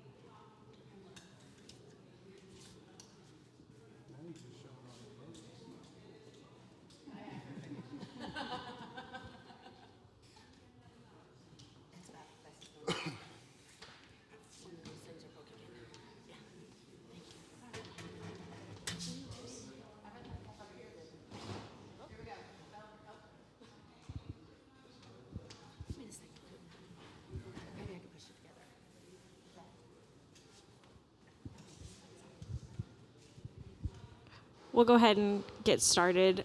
They might still be figuring that out a little bit, but hopefully it won't be too disruptive. For those of you who I didn't meet this morning, my name is Emma Haney. I am an horticulture extension agent in Northern Kentucky. And so our first talk this afternoon will be the Alley Crop Project from John Haney, no relation. A senior research and extension associate in forestry and natural resources here at Kentucky State University. Thank you. Thank you all very much. This is arguably the hottest or hardest slot of the day. So everybody's got lunch. We're gonna like dim the lights. You'll get, real sleepy or whatever. And I'm gonna call you out if you can fall asleep on me. So I'm gonna try to stay out of the weeds so much with the education aspect of this, but this is more of a presentation to kind of engage your thoughts as small farmers. If you have like a small parcel of land or something that just maybe not as productive or something that you'd like to incorporate to diversify your current operations, this presentation hopefully give you some ideas and engage your thoughts on such. Mentioning agroforestry as well as specifically alley cropping or whatever, it comes at no surprise. It's just where we slam the two terms together, agriculture and forestry. And in doing so, we come up with the definition of a crop and or animal production system that have implemented woody stem plants. So essentially, you'll have your crop systems out there, but you're also integrating those woody stem plants, so shrubs and whatnot, and you're taking advantage of that parcel of land. There's a lot of benefits to that we'll cover as we get into the presentation, but essentially you're making the most out of a small parcel of land by providing several different benefits, with them including the environment, the economy, as well as social benefits. While mentioning agroforestry, there are several practices that are implemented with that. Windbreaks being one. Now, granted, that's going to be more in your Great Plains area and further north as you have issues with wind, but that's not to say we don't have issues with them on these ridge tops here in Kentucky. Some of that wind can be brutal, and with our installations, the elderberries, for example, they provided a little bit of a windbreak for us. Additionally, we have riparian buffers, also known as riparian buffer zones, and this is that intermediate area in between your agriculture and water bodies.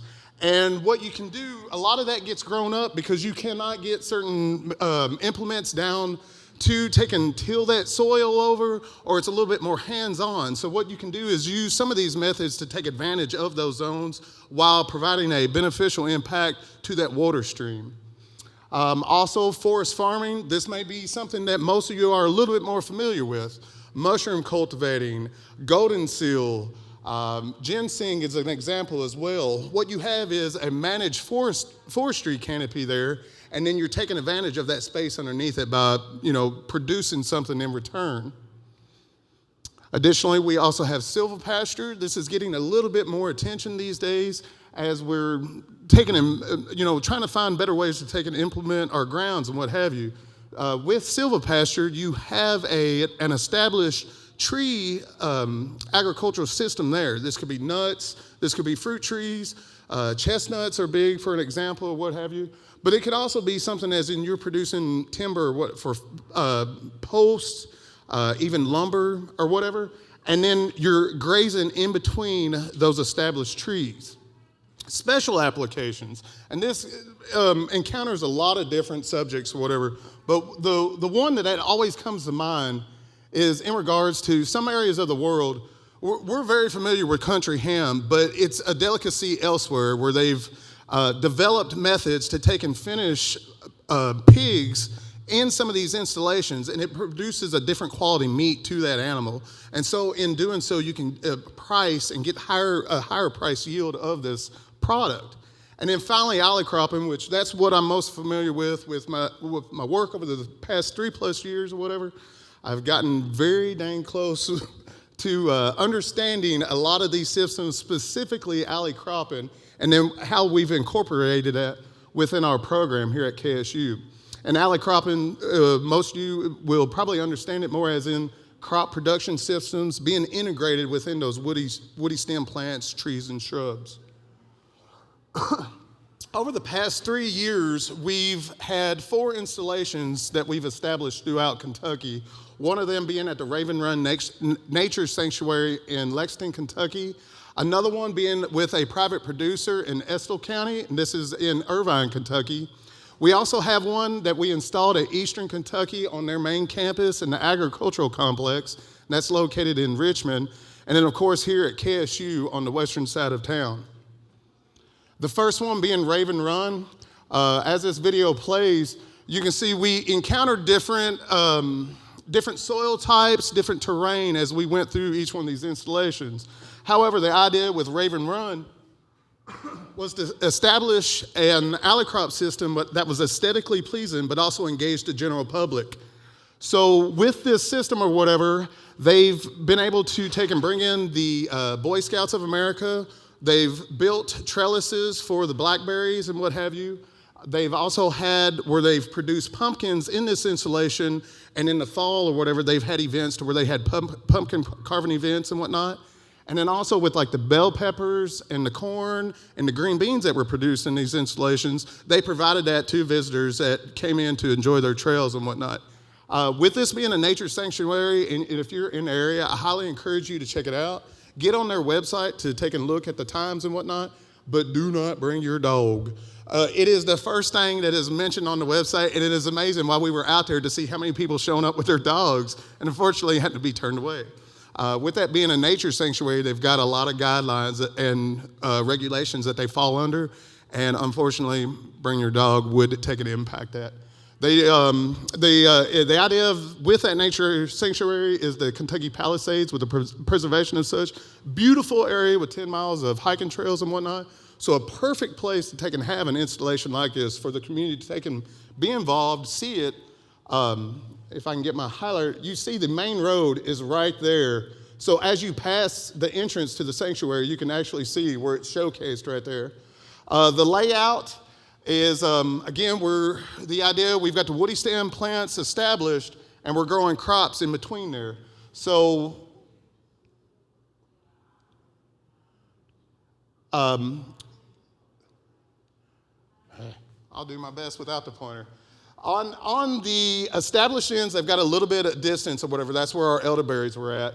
With the areas that have a significant more space in between the rows, that's where they produce the pumpkins and whatnot. With those vines growing and whatnot, you've got a little bit more space you got to maintain. But this was also established with in mind for expansion later on. This area down here is left so they can, at some point in time, install pawpaw trees. And then this section up here is going to be maintained as a pollinator habitat spot. So with this ground and the terrain and the amount of invasive weeds and whatnot that were in there, it's taken a significant amount of time for preparation and whatnot. But I don't know if y'all can see in that video. Let's see. The preparation was a little bit more. We had to take that rototiller through there quite a bit just to get those clods busted up. Weather worked against us and whatnot. But nonetheless, the idea of it with aesthetics and the public in mind, this has come a long way. Our next installation is more producer focused, with production being primarily the objective, as well as a little bit of aesthetics involved in this. This is Brian and Rebecca Shobe of Estill County, located there in Irvine. They're situated on 170 acres, and it was historically tobacco and horses. So the ground, we did have a little bit of soil impaction and whatnot. Preparations, we had to invest a little bit more time in such. But since implementing, or while implementing this alley crop installation, they've also looked to like timber and native grasses and pollinator habitats in that area as well. This alley crop produced 3 different cultivars of peppers, which you'll see is going to be routine for each one of these installations. And that's just to kind of give it a change, providing multiple cultivars or whatever. And additionally, they planted zinnias as the potential for cut flowers. There is a bit of a learning curve. The zinnias did great, and I've got a photo that I'll show you where they just look absolutely beautiful. But that's a different management practice when you get into that cut flower realm. So you're going to have a cooler or something. You got a little bit more of a production system you got to keep in mind. But nonetheless, it makes the entire installation look good, and there's profit involved in that as well. Also, yellow squash, and then again, what's going to be routine in these installations is the 2 different cultivars of elderberries that are located in there. Beautiful layout.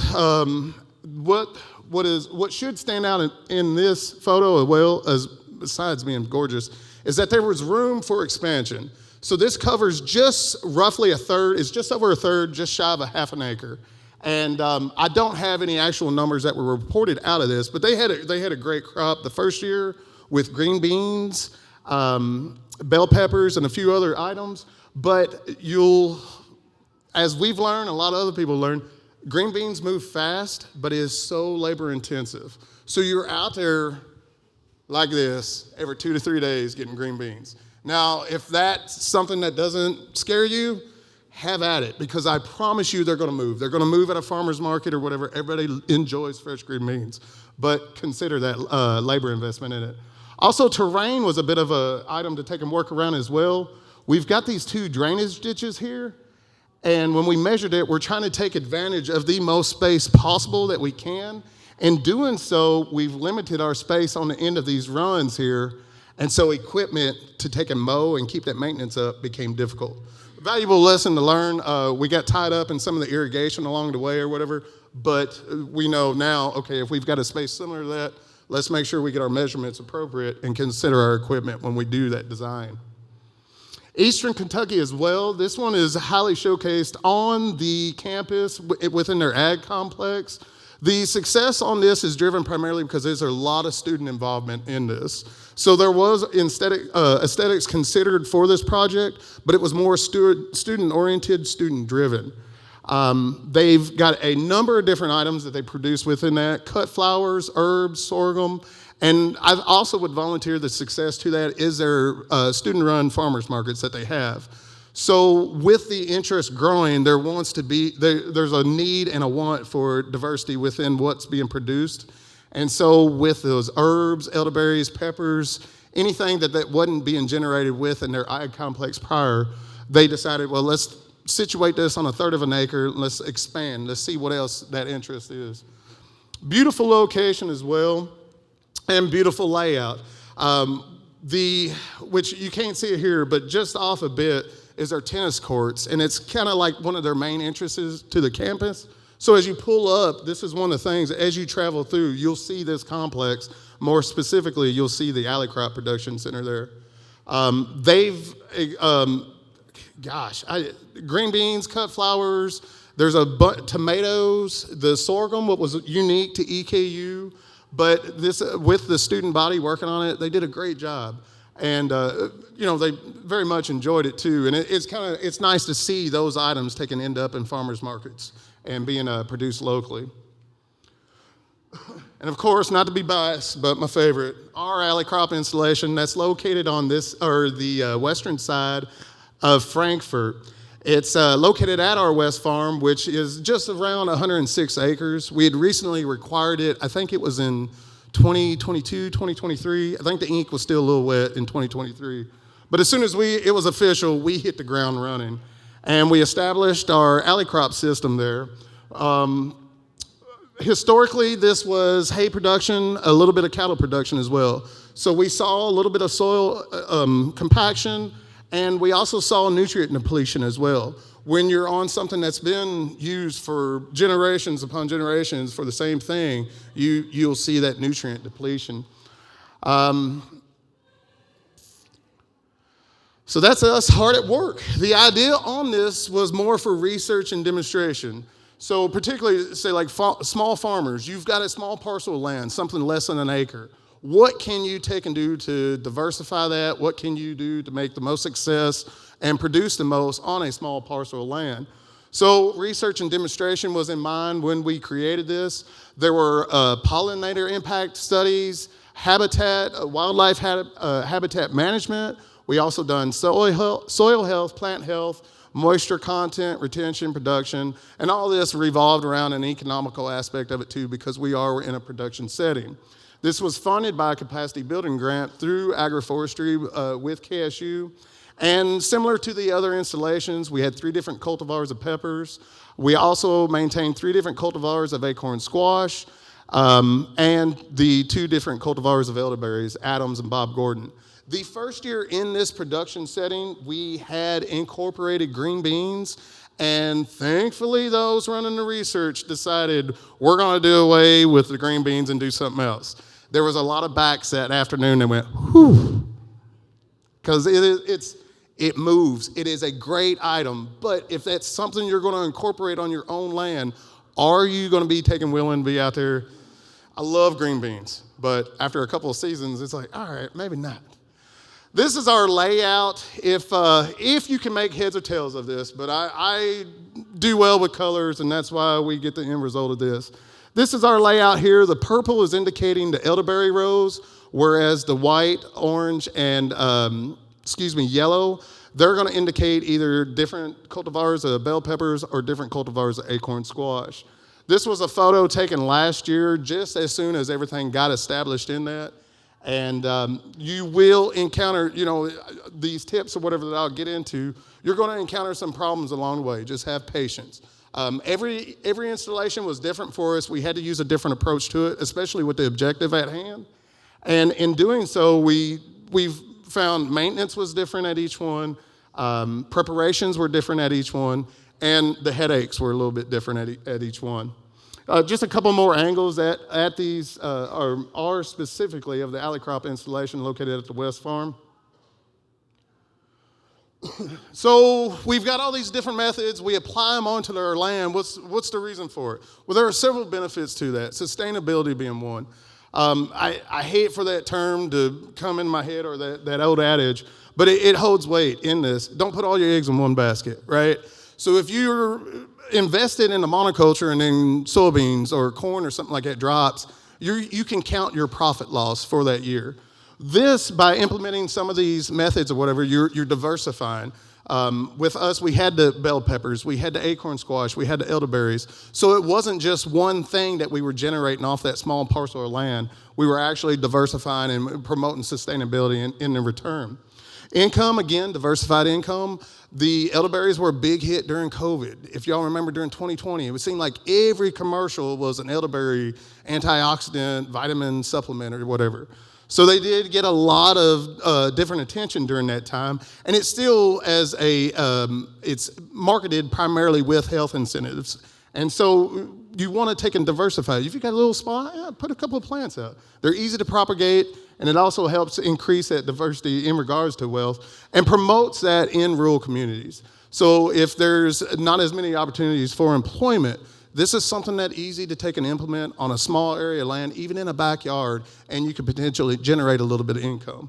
Now, you're not going to necessarily become wealthy, but I do have an idea about that, and I'll discuss that here in a minute. And not saying it's going to work, but it's just ideas. Habitat improvement, as I mentioned earlier, wildlife habitat improvement. And if we're speaking in regards to the special applications, if you had leases for hunting or whatever on your property, this would be something you'd want to take and incorporate into maybe the back 40 or something and take and promote that habitat improvement for that hunting or whatever leases or whatever you have in place, and increase pollinator diversity.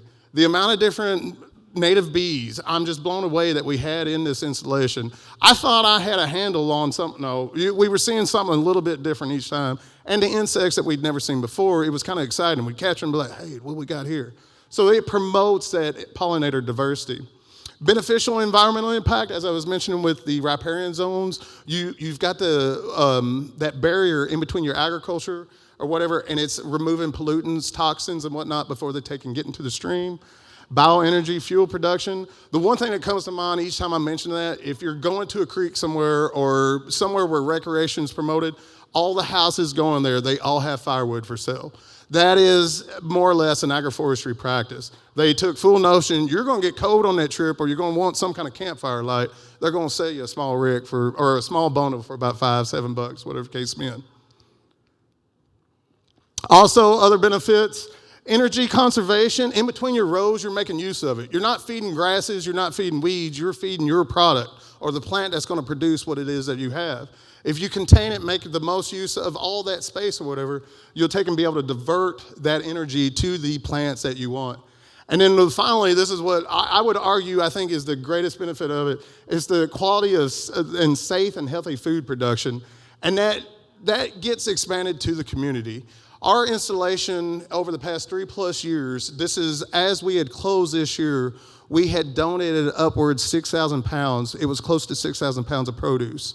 Now, mind you, it doesn't sound that impressive, but if you take 1/3 of an acre that we did not fertilize, that was historically impacted soil and depleted of nutrients, that's not a bad thing. And in that process, we took and promoted habitat. And we also, like I said, with those donations, it was a socially beneficial impact on that. So we've kind of covered some the methods of agroforestry, specifically alley cropping. I've highlighted a few examples of the alley crops within Kentucky. But these are some points to ponder if you do have a small parcel of land and you're considering this. Now is the time to take and sit down as you're getting these catalogs and you're getting your seed catalogs and you're making your wish list and you're going to grow the Taj Mahal of gardens that you never actually get to take and grow. Right now would be the time to take and sit down and plan it out. If you've got an area of brush that's it's non-productive, you want to do something with it, maybe installing one of these alley crop systems will take and work for you. But you've got to sit down. Don't overthink it. It's not a big deal if you do so, because we all take and get ahead of ourselves. But you at least want something on paper. You want some kind of grid work. You want something that's going to promote expansion, but at the same time where you can maintain your sanity. Soil, test your soil. Any kind of implementation, if you're turning over dirt, get you a sample, send it to the extension office. Contact those individuals on the process on how to properly collect your sample, where to collect it, and whom to send it to. Because that's going to be key on once you get that installation established, what you're going to take and maybe have to supplement in regards to nutrients and depending on what crop you're producing as well. Irrigation, I can't stress this enough. You're not going to be out there every day to take and be able to water it. So you'll have to take in one of your biggest investments, is going to be irrigation. Think it through, think of how you're going to establish your system, whether you're going to have heavily mulch or the landscape fabric, and in doing so, how are you going to take and irrigate those plants? I would argue of all the aspects to consider of that, irrigation is probably going to be your most expensive investment in one of these methods that are practiced. And with due measure, because it's one of those out of sight, out of mind, but if you're sitting at home on the couch, you've got to rest assured, I invested in my irrigation, it's not going to fail me. And that's what you want. That's going to keep you from having to be there most days. And of course, the design and layout, you can think it through, just make sure as you're designing it, measure your footprint accordingly. Also consider your equipment that you're going to be using in it. If you have a mower or something to that effect, you want to make sure it's going to fit in that installation. And then also how you're going to take and if you are going to take and implement mulching, whether it be landscape, fabric, or other. Understand your market. Just because it's going to look pretty with a bunch of elderberries and peppers and all that, do you have an in place for them? Kind of fill your markets out. Go to your farmers markets. See what's not there. Maybe you can take a single row out of your installation and dedicate that to something specific or something new. Just kind of fill it out. What is it that you're selling and whom are you selling it to?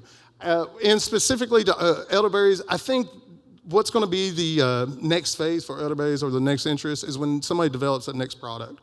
So we all are familiar with jams, jellies, the health gummies and whatnot, but you or anyone that's close to you, if you're considering elderberries, sit down and think what could be that next product. Is it going to be the fruit roll-up or something to that effect? Is it going to be a tonic of some sort? I honestly think if that next product is available in it, then we can see this resurgence of interest in it, and with something like elderberries, keep rocking with these agroforestry methods. Consider your labor demands. Again, green beans. If you're okay out there with rear ends and elbows, then green beans is your product. But if you're looking at profits, consider what your area is demanding. Cut flowers, again, everybody's interested in cut flowers, but that's a different process. You've got methods you got to consider to make sure they're viable when you get those to market. So a little bit more work in it. Crop depredation, I assure you the wildlife will be very thankful for all of your hard work. In some of these installations, we had a deer fence up, but it wasn't just deer. The mice took and decimated us one year with the acorn squash. It was 3 different plantings before we took and actually implemented little cups as terrariums to take and protect that seed while encouraging growth. When you've installed that in a setting that's out in the middle of a field, you've invaded their home that first year, and then each year afterwards, you've pretty much provided them everything that they need. A nice place to live, water, and all the food that they can eat. And so, those are items to consider when installing one of these installations. And then finally, you are going to be the heart of your operation. So while you're sitting down and you're looking at these seed catalogs, think to yourself, what is it that I'm interested in? What is it that I can actually not necessarily make or produce for profit, but make it worth my time? And most importantly, what is it that I'm going to take and enjoy? If you get to a point where you've done all this work and you're in year 3 and 4 and it just absolutely disgusts you, you're going to have a hard time. You're going to even have a harder time turning that stuff over and trying to make another spot that's going to take and suit your needs. So sit down. If you enjoy wildlife, if you enjoy improving such, if you're a bird watcher or whatever, consider these things that can be incorporated within your installation. Additionally, I like to eat. So anything that I'm going to take and put on a grid work, I'm going to make sure everything I produce out of the installation, I'm going to take and be able to eat, and I know that somebody else is going to enjoy it as well. With all that being said, these are my references or whatnot. Thank you all very much. This is what I was saying with the cut flowers. This was at Brian Estel's place Brian Show's place in Estill County. And I wanted to take and have a bunch of different pictures or whatever, but they planted zinnias with the intent of having these cut flowers. And that day that we were out there, it was just the lighting and everything was perfect. But if that doesn't embody like agroforestry, specifically alley crop, where you've got wildlife improvement, you got pollinator habitat, all of this, it's an awesome picture or whatever. Again, though, my name is John Haney. Please reach out to me via email, and I'll open the floor up to questions. I left a lot of the details out in regards to our projects, but anybody that, if y'all have questions, feel free, ask them now. A bit of a rambling. Hopefully it didn't put you to sleep right after that meal. I'm going to call on some of y'all if I don't get at least. Yes, ma'am. Do you have any questions? Listen, while I've got the opportunity, I want to thank everyone within KSU's Forestry and Natural Resources. As small farmers, as producers yourself, you guys know that sometimes you get into a thankless mindset. You're out there, I get hot. I can tell you every drop of sweat that I've produced every summer. Whether it had been in a tobacco field or what, throwing hay, it didn't matter. You get into a mind phase. Salt of the earth individuals, and I'm thankful for you. I'm thankful for having grown up in that environment, and even more so over the past 3+ years, I'm very thankful to our Forestry and Natural Resources team. A lot of these folks, this is the first time they've encountered this kind of work. This is not historically what they've done, and they didn't go to school for it. So we see the glamour side of it where we're like, oh, look at these beautiful installations. But that work to get up to that point, it was impressive.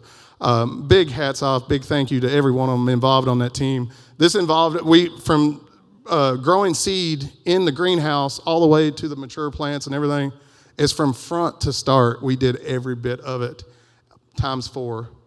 So great work, guys. Very thankful for them, and I'm very thankful for all that I've learned in regards to agroforestry and these installations. With that being said, any questions? Yes, ma'am. We'd like to. So everything being grant driven, it could always change at the drop of a hat. Personally, with the amount of work that was involved in those installations, I would like for it to be expanded into, and I'm trying to get back to ours specifically, to kind of give you all some ideas. Do you see that space in between each one of these rows? Doesn't that look perfect for a chicken tractor? It's the right size to take and be able to implement a chicken tractor in that. So now within alley cropping, we're also implementing silvopasture methods, right? If the chickens can't do it, let's 1 or 2 tractors to produce broilers, and then we expand our electric fence, and then we have sheep grazing in there. Now granted, small ruminants, that's big here in Kentucky. I'm not so much a sheep guy, I'm a little bit more familiar with the goats and whatnot, but I do know enough that if I want something that grazes as opposed to browsing, especially with those elderberries in place, that would be perfect for that.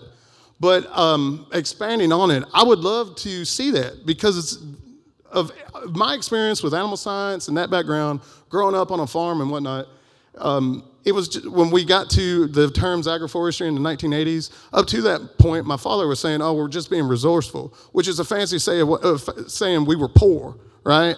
Not poor, we couldn't afford that second O, so it was just poor. So, walnuts or whatever, we were taking advantage of that land, but at the same time trying to leave some kind of benefit impact in return. So to answer the long answer on that, I would absolutely love for it to.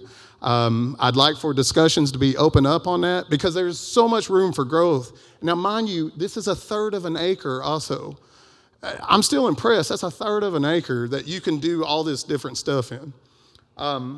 if you've got a huge family, or if you're in an area with, say, young adults or high school kids or whatever, this is something that'd be great. 4-H students with Raven Run that I had mentioned, they implemented the Boy Scouts of America to do some of that construction work. So there's so much benefits all around. Yes, I would love for it to be expanded. Yes, ma'am.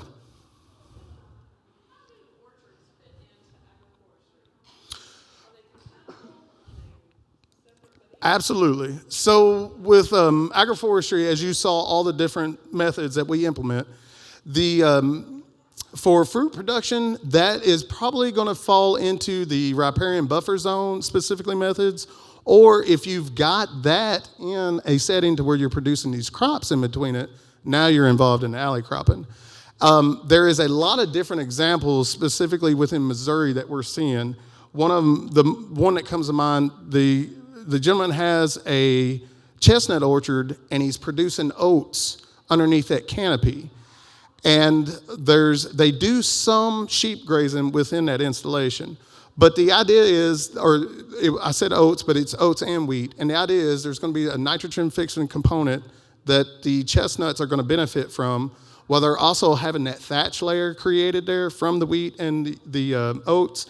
And then while it's young, as a cover crop, they do allow a little bit of grazing on it early in the season.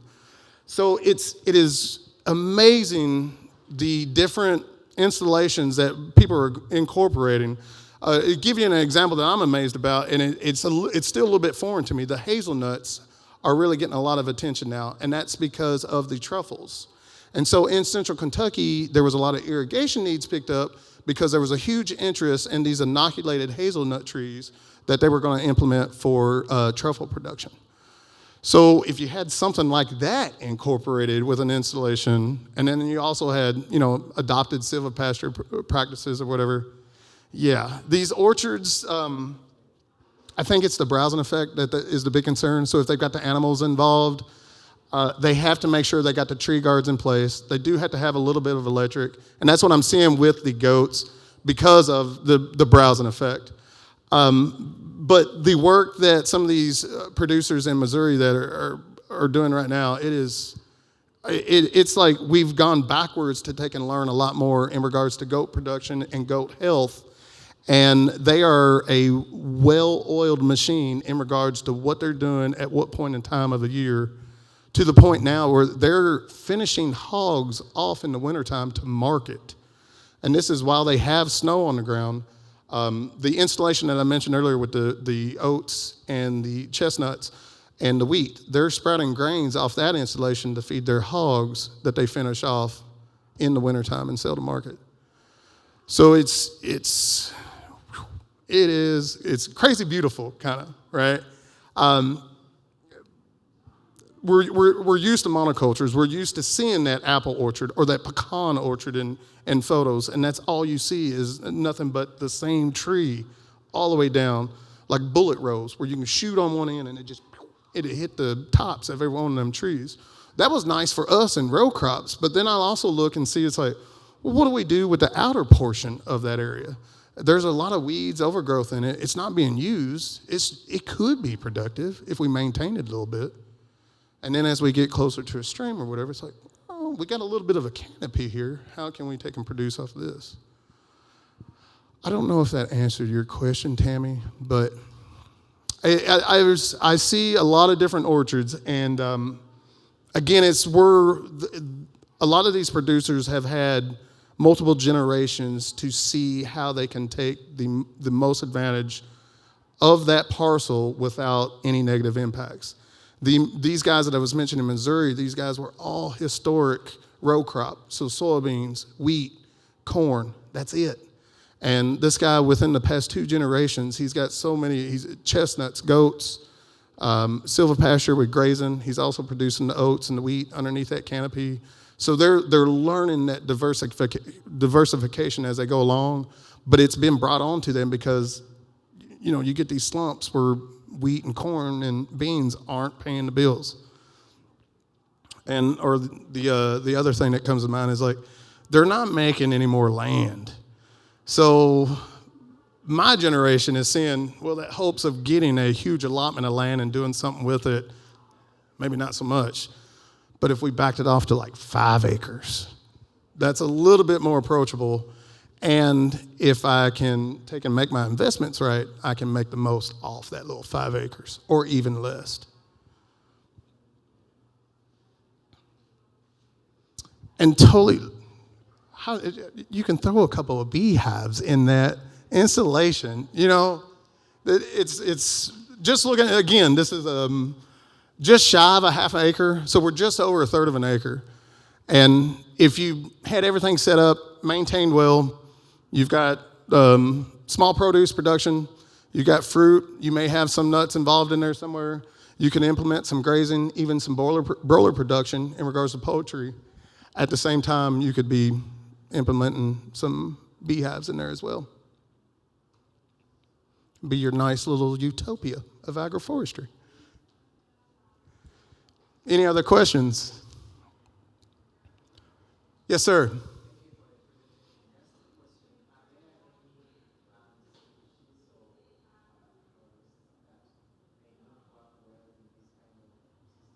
So the first one that I would come to mind to promote would be elderberries. And the reason being there's not much of a learning curve there. You can propagate this plant easily. It grows in poor soils all the way up to the most fertile soils. And it grows in a gauntlet of different terrain or whatever. So if that's going to be the centerpiece to your installation, that would be one I'd go to. Multiple uses, you got windbreaks, you got all that. Problem is, not a lot of folks know what elderberries are, with the exception of elderberry jams and a few like elderberry wines and whatnot. So you'll think of, what your intentions are. What do I want to get involved with nut production? Maybe I want an orchard of apples or something to that effect. I want to implement some fruit.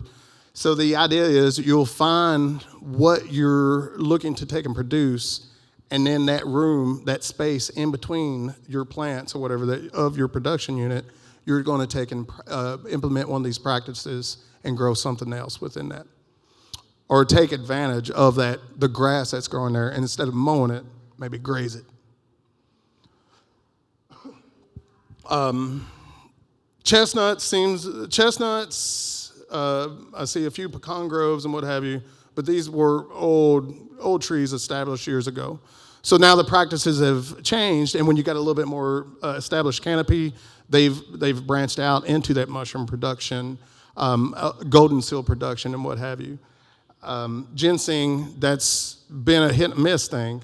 When ginseng caught popularity, we got into a depredation point where we're taking more than what's being produced. So with these settings or whatever, that's something to be like, okay, maybe some kind of conservancy efforts or whatever, or at least something that can be more managed effectively by you or someone else. Lots of opportunities to employ different methods and different items in that. So when I'm sitting here and just like all the examples that come to mind, you could have an idea of what you want, but if you don't know your land and what could potentially be produced on it, then you may start, scaring away and investing a lot of labor that you don't need to. So I guess the key on that, if you do have an idea in mind, if you want to grow something specific, see if it will do well, do that soil testing, get all your ideas, your parameters on paper, see how it works, and rock with it. With the rural areas specifically, that's probably going to promote a different means of an income in that area. So there's no bad ideas unless they're bad ideas, I guess. I wouldn't start saying, hey, grow some cacti and maybe put some, cut flowers and elderberries or, it probably wouldn't work out too good here in Kentucky. We do have a container garden. The upper left portion of this picture, we started implementing a little bit more native woody stem plants. And if we were introduced to those at the beginning of this project, I think we would have implemented them. Some of those being chokeberries, blueberries, blackberries. So we implemented elderberries throughout each one of these installations, and that was promote the research on such. But you're not limited to just elderberries. As long as it's a woody stem plant that you're implementing within an area and one of those methods, then congratulations, You're implementing agroforestry methods, and then depending on how you're going about it will define what you fall under. Any other questions? We made it. It's foggy outside. The weather's kind of, everybody's full. And it got a little warm earlier too. So I was like, yeah, I'm geared for a nap right now. I came in here also too. I was like, they're expecting an agroforestry and alley crop presentation. I was like, I'm not an expert. I'm not a master at this. I said, so we're going to scratch all this. We'll talk about dogs or something. And then, that'll keep everybody engaged and just, having a conversation on dogs. More specifically, my dogs. No, we could talk about everybody's dogs. Well, thank you all very much. I greatly appreciate y'all being here, and hopefully everybody has learned and has a lot to take away from this conference, specifically my presentation. I'll be here a little bit this evening, and if you have any questions with that email address that I provided at the very end, feel free to reach out to me. I've enjoyed this aspect of talking to producers and what have you, because everybody's wired different. Everybody's got a different vision. And what's nice about agroforestry, if you're true to your soul and you've sat down and you've learned your land and you're willing to invest yourself in it, the benefits that come from this are just, they're numerous. It gets to a point where you get exhausted counting them and you kind of feel ridiculous, and then halfway through you're like, all right, let's give up. Let's talk about dogs now. But what I've seen with the impact on the soil, the wildlife, the pollinator impact, and what I hold dear to my heart, the community impact, where we were able to take and donate all that produce, staff, students on campus, everything. It's been a work of love, and hopefully we've been able to take and share some information with y'all to take and implement these practices on your place. All right, guys, thank you all very much.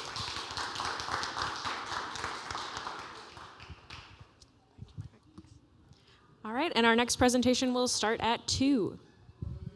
And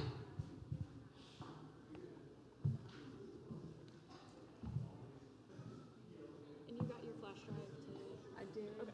You should be pulling it up.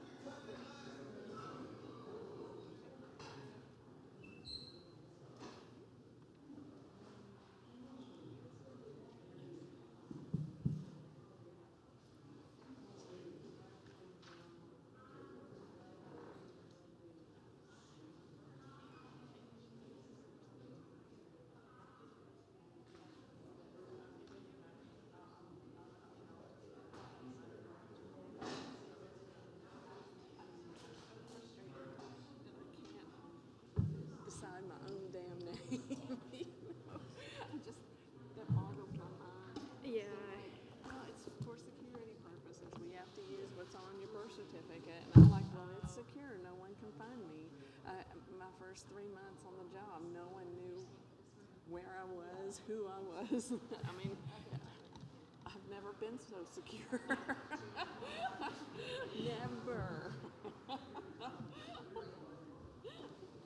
Strangest to be 56 and told I can't go by the name. I have 4 books out, right? They're all Yeah.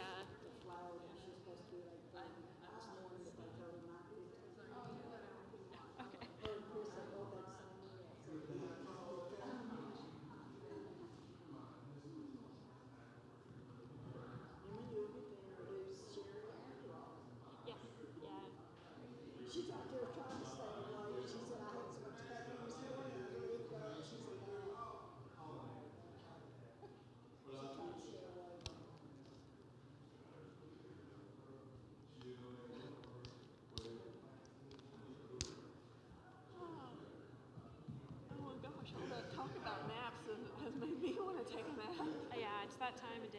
I'm like, whew.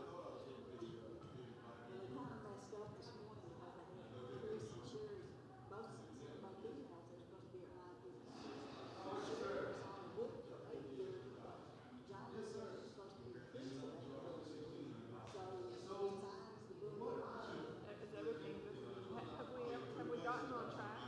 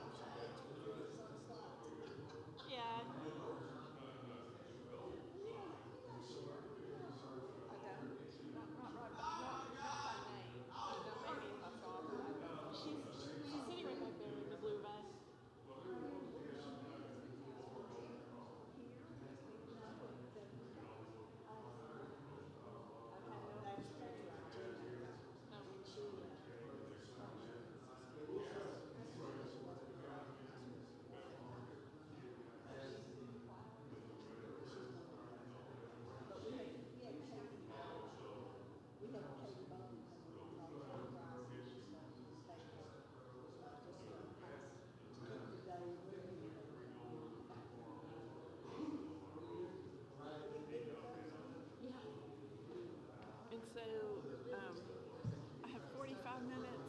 Yes. Okay, so when that hits 2:45, I need to Yeah. be wrapped up. Pretty much. Okay. Yeah. Yeah, I like that. This is neat. Yeah, it's nice. Yeah. I can also give you if you want me to be like, hey, 5 minutes, I can do that. That's pretty in your face. Yeah. I doubt that I need that, but you Yeah. just jump right in if you think I do. I won't be offended.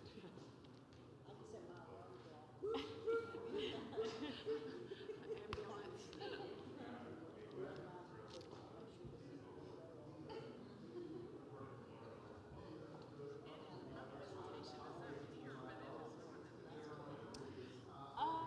He'll probably put it up there closer to when it's time to start. I'll double check in a minute.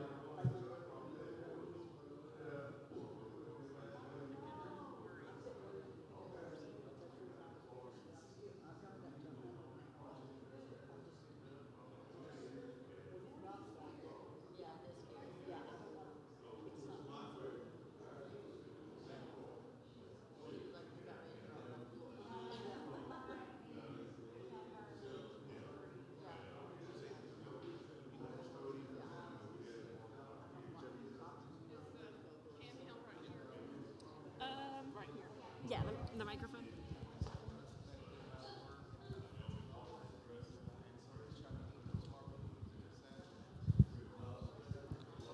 This is on. Yeah. Okay.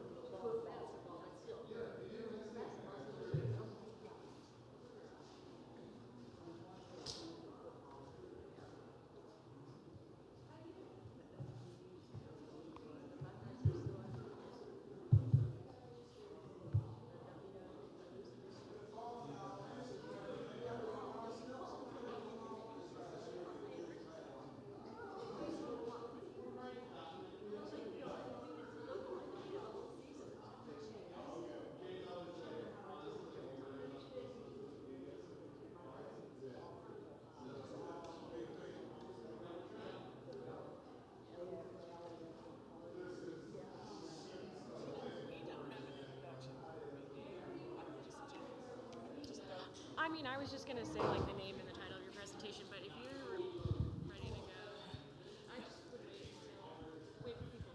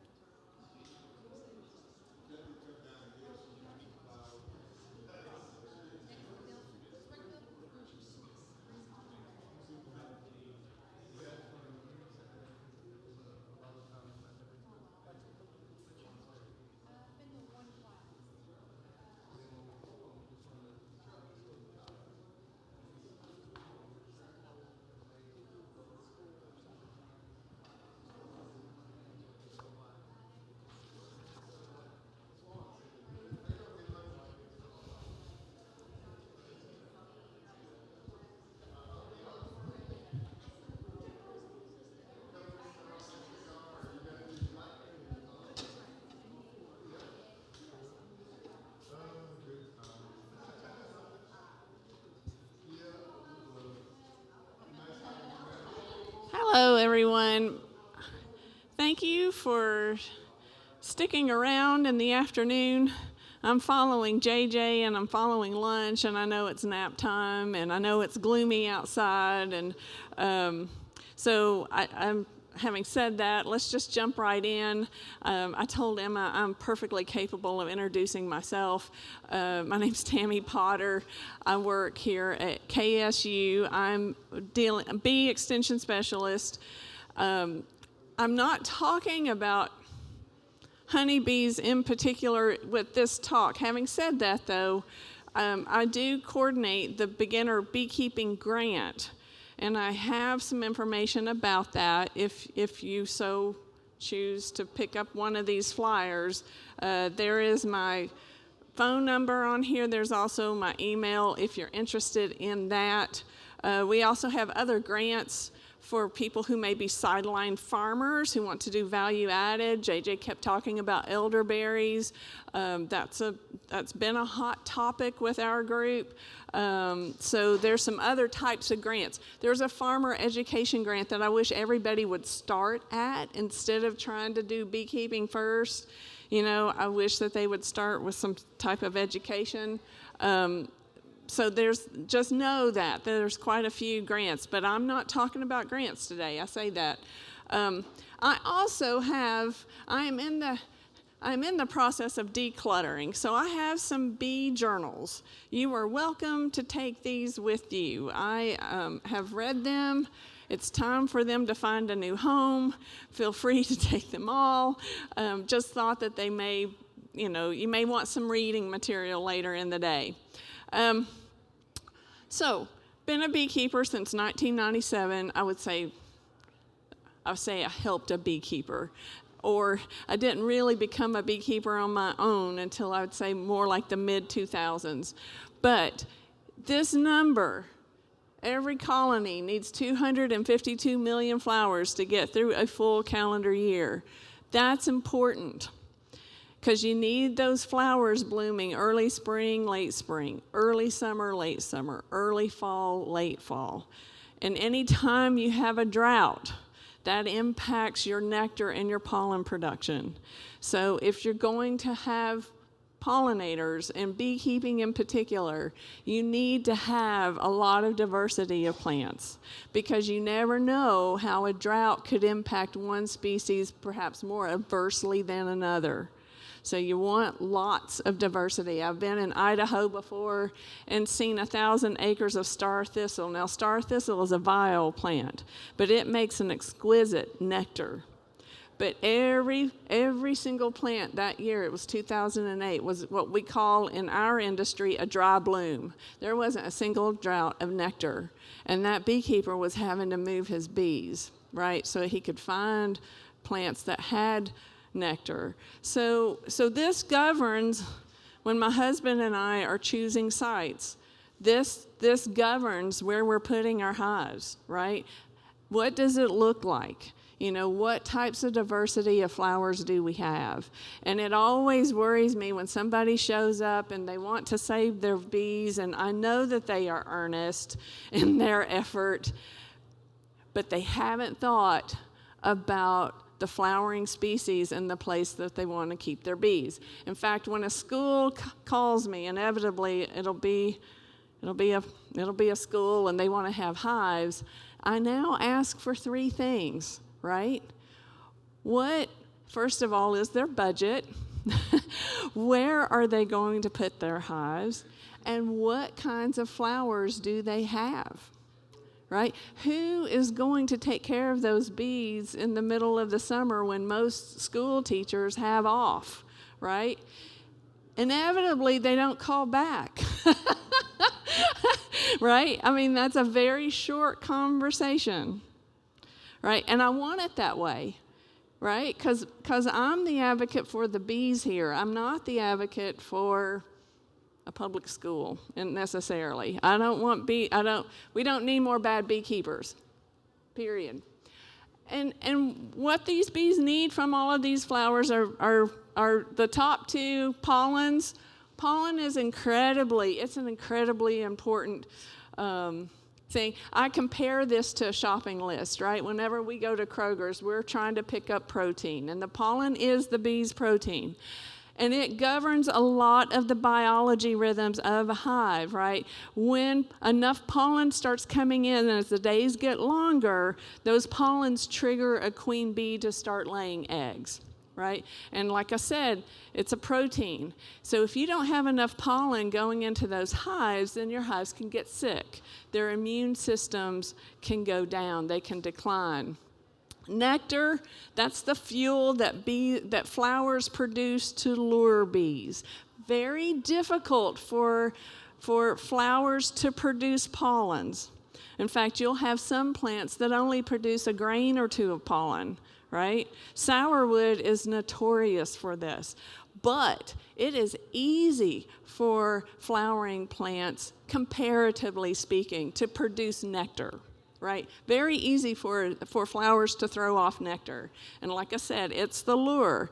And those bees need nectar. It's the carbohydrates that give them the energy. And through every year, right, a typical movable frame hive needs approximately 120 pounds of honey. 60 to get through the spring and summer, and 60 to get through the fall and the winter. These other two won't be talking about as much, but just so that you know, bees also need water. It's essential for thermoregulation of the winter cluster right now. Some nectars have a tendency, or honeys, shall we say, to crystallize very quickly. So water helps pollinators reliquefy crystallized honey so that they can take it down. And then bees are also gathering propolis, you know, that sticky substance that you find on the outside of conifers when you're bringing in your Christmas trees, right? Bees use that, right? They create what we call an antibacterial envelope inside their house. It's a protective coating. Like we have insulation, they have those rosins, and it forms what we call propolis. But that's a little specialized for this particular group. Nonetheless, what I'd like for you to walk away from is realizing that when we think of a flower, it's not just pretty petals, okay? I mean, it's a complex system of using petal structure to lure bees to it, and they're producing products such as nectar and pollen that not only help the flower ensure its DNA codes get transferred to other flowers, but also that the bees get their own immune system protected and they get their protein needs. And pollen is a big one, right? It's, like I said, it's very complex, and you will see that I've included little pollen grains. The more dependent a flower seems to be on pollinators, the more architecturally interesting the pollen grain seems to be. They'll have spikes so that they can adhere to the body of the bee, for instance, right? Or divots, furrows, things that let the pollen grain hold to the legs of a bee. Whereas if it's wind pollinated, it'll be just completely round, right? Because the wind can carry those things anywhere. If you're crazy about this stuff, if you're a nerd like I am, there's a QR code up here that talks about some of the latest research happening with pollen grains, and it's also available on audio, so you can listen to one of our USDA researchers talk about this. And then here is one of my bees. You can see these pollen grains adhering to the bee, even though, well, oh my goodness, I'm so sorry. Even, you can see her legs, right? The pollen basket's on her legs. Let me try. Oh, I'm so sorry. Well, so when the bee is flying through the air, right, she's producing very tiny electromagnetic shocks, so she's able to kind of not consciously collecting pollen grains. It's just happening as she's flying. But then there are flowers where she is consciously collecting the pollen grains, and you see those in her pollen baskets on these very hind legs, right? And they're fascinating. Pollen grains have evolved to handle anything, right? I mean, these are tiny microscopic DNA envelopes. And so they have two shells. These can withstand chemical warfare, right? Because they have to, right? I mean, our world is constant chemical warfare. So they have an exine that has that surface ornamentation that you'll see in the following slides. But then the inside of the pollen grain is built of carbohydrates. And I like to quote Josh Bartlett. He calls the intine the diamond of the plant world, right? That is going to protect the DNA, the genetic material inside those flowers, and help it be transferred to another flower if needed be. And so flowers evolve these, like I said, strategic maneuvers to lure pollinators to them. Sometimes it's color, sometimes it's petal structure, sometimes it's volatile odors. We smell, for instance, certain flowers when they bloom. They'll have different coloration. And the reason why is that the flower is ensuring that it gets its DNA exactly to where it needs to be, right? So it's like, okay, if you are waiting for a Greyhound bus, by golly, you could be on that bus for 48 hours before you get where you want to be. But if you're a flower, you can make it into an Uber driver. It may be more expensive, but it'll make sure that you get to where you want to be and quickly, right? More quickly. So that's the benefit of flower strategies and pollination. And when bees bring back those pollens that we looked at, they turn those into a product that we in the industry call bee bread. Bees cannot just sit on a flower and consume pollen. Their digestive systems don't work that way. Bumblebees do, but not honeybees. They have to bring it back and process it, and that's what you're seeing here, is pollen grains have been brought back. They get mixed in with lipids and phenols and other sterols and things like that, and then that produces a substance called bee bread. Bees and humans are very similar in that we have to process our foods, right? We can't just eat a cow whole. Right? We have to butcher it. We have to, we have many different ways of processing beef, but we have to process it, right? We cannot just, and bees are the same way when it comes to pollen. Like I said, pollen is the trigger for the queen. You get enough of those pollen grains coming in when it gets warm in February. We get longer days. We get more flowers blooming. And the queen says, okay, we're going to have enough food. I can start laying my eggs here. And just like right now, we're in November. We have super short days, not much sunlight. The flowers have quit producing pollen. She's quit laying eggs right now.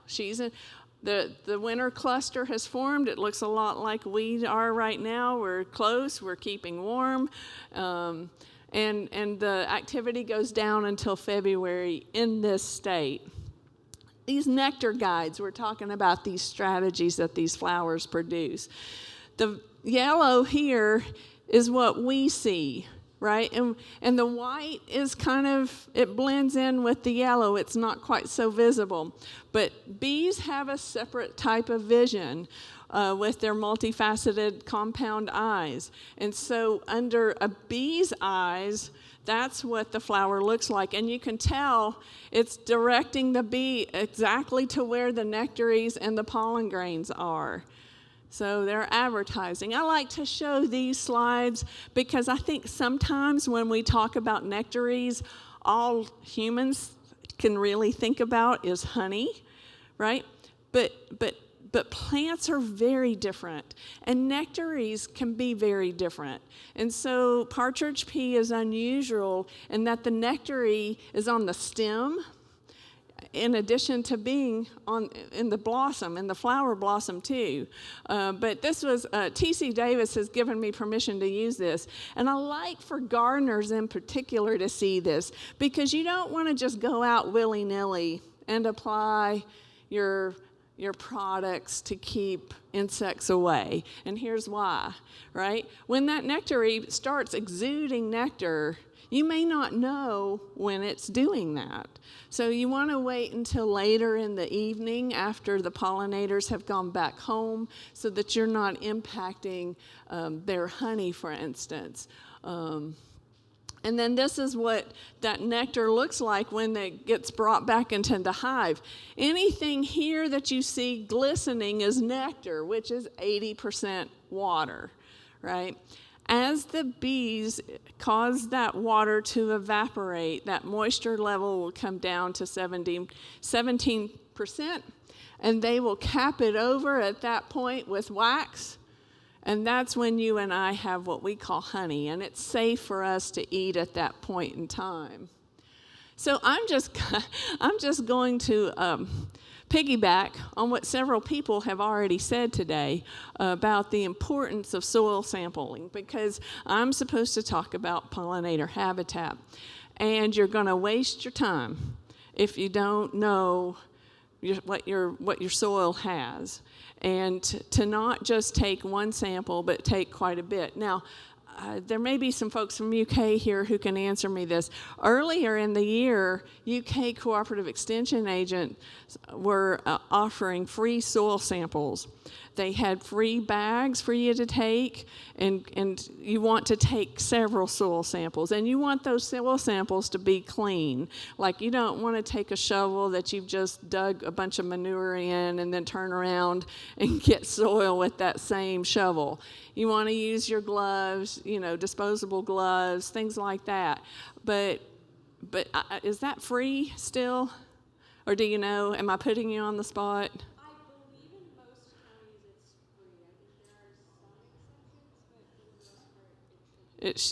Well, and even if it's not, we're talking $15 maybe, and not super expensive. And this is not necessarily the same as the heavy metals soil sampling, but this will give you a sense of what you have. So start first with a soil sample. Start with several. With the people I tend to work with, we tend to start with herbicide spraying at the beginning of August because it's cheaper and it's easy to apply, and it tends to be very effective. And then we call that our first kill, because we're trying to get those invasive grasses dealt with. And then what's underneath that seed bank is going to have a chance to come up. And we don't want that either, because that's going to be Johnson grasses or woody invasives. So then we'll do our second kill right before the first killing frost. So in this area, that tends to be around October 15th. We've had snow October 18th one year. It can vary, but we try to get that second kill, that herbicide kill in before the first frost, and then we'll follow up with a third application next spring. And unfortunately, people hate this look, this burnt look, but to me, if you're in an area, I've worked with some distilleries before, this is your only option, right? You cannot do prescribed fire burns in distilleries.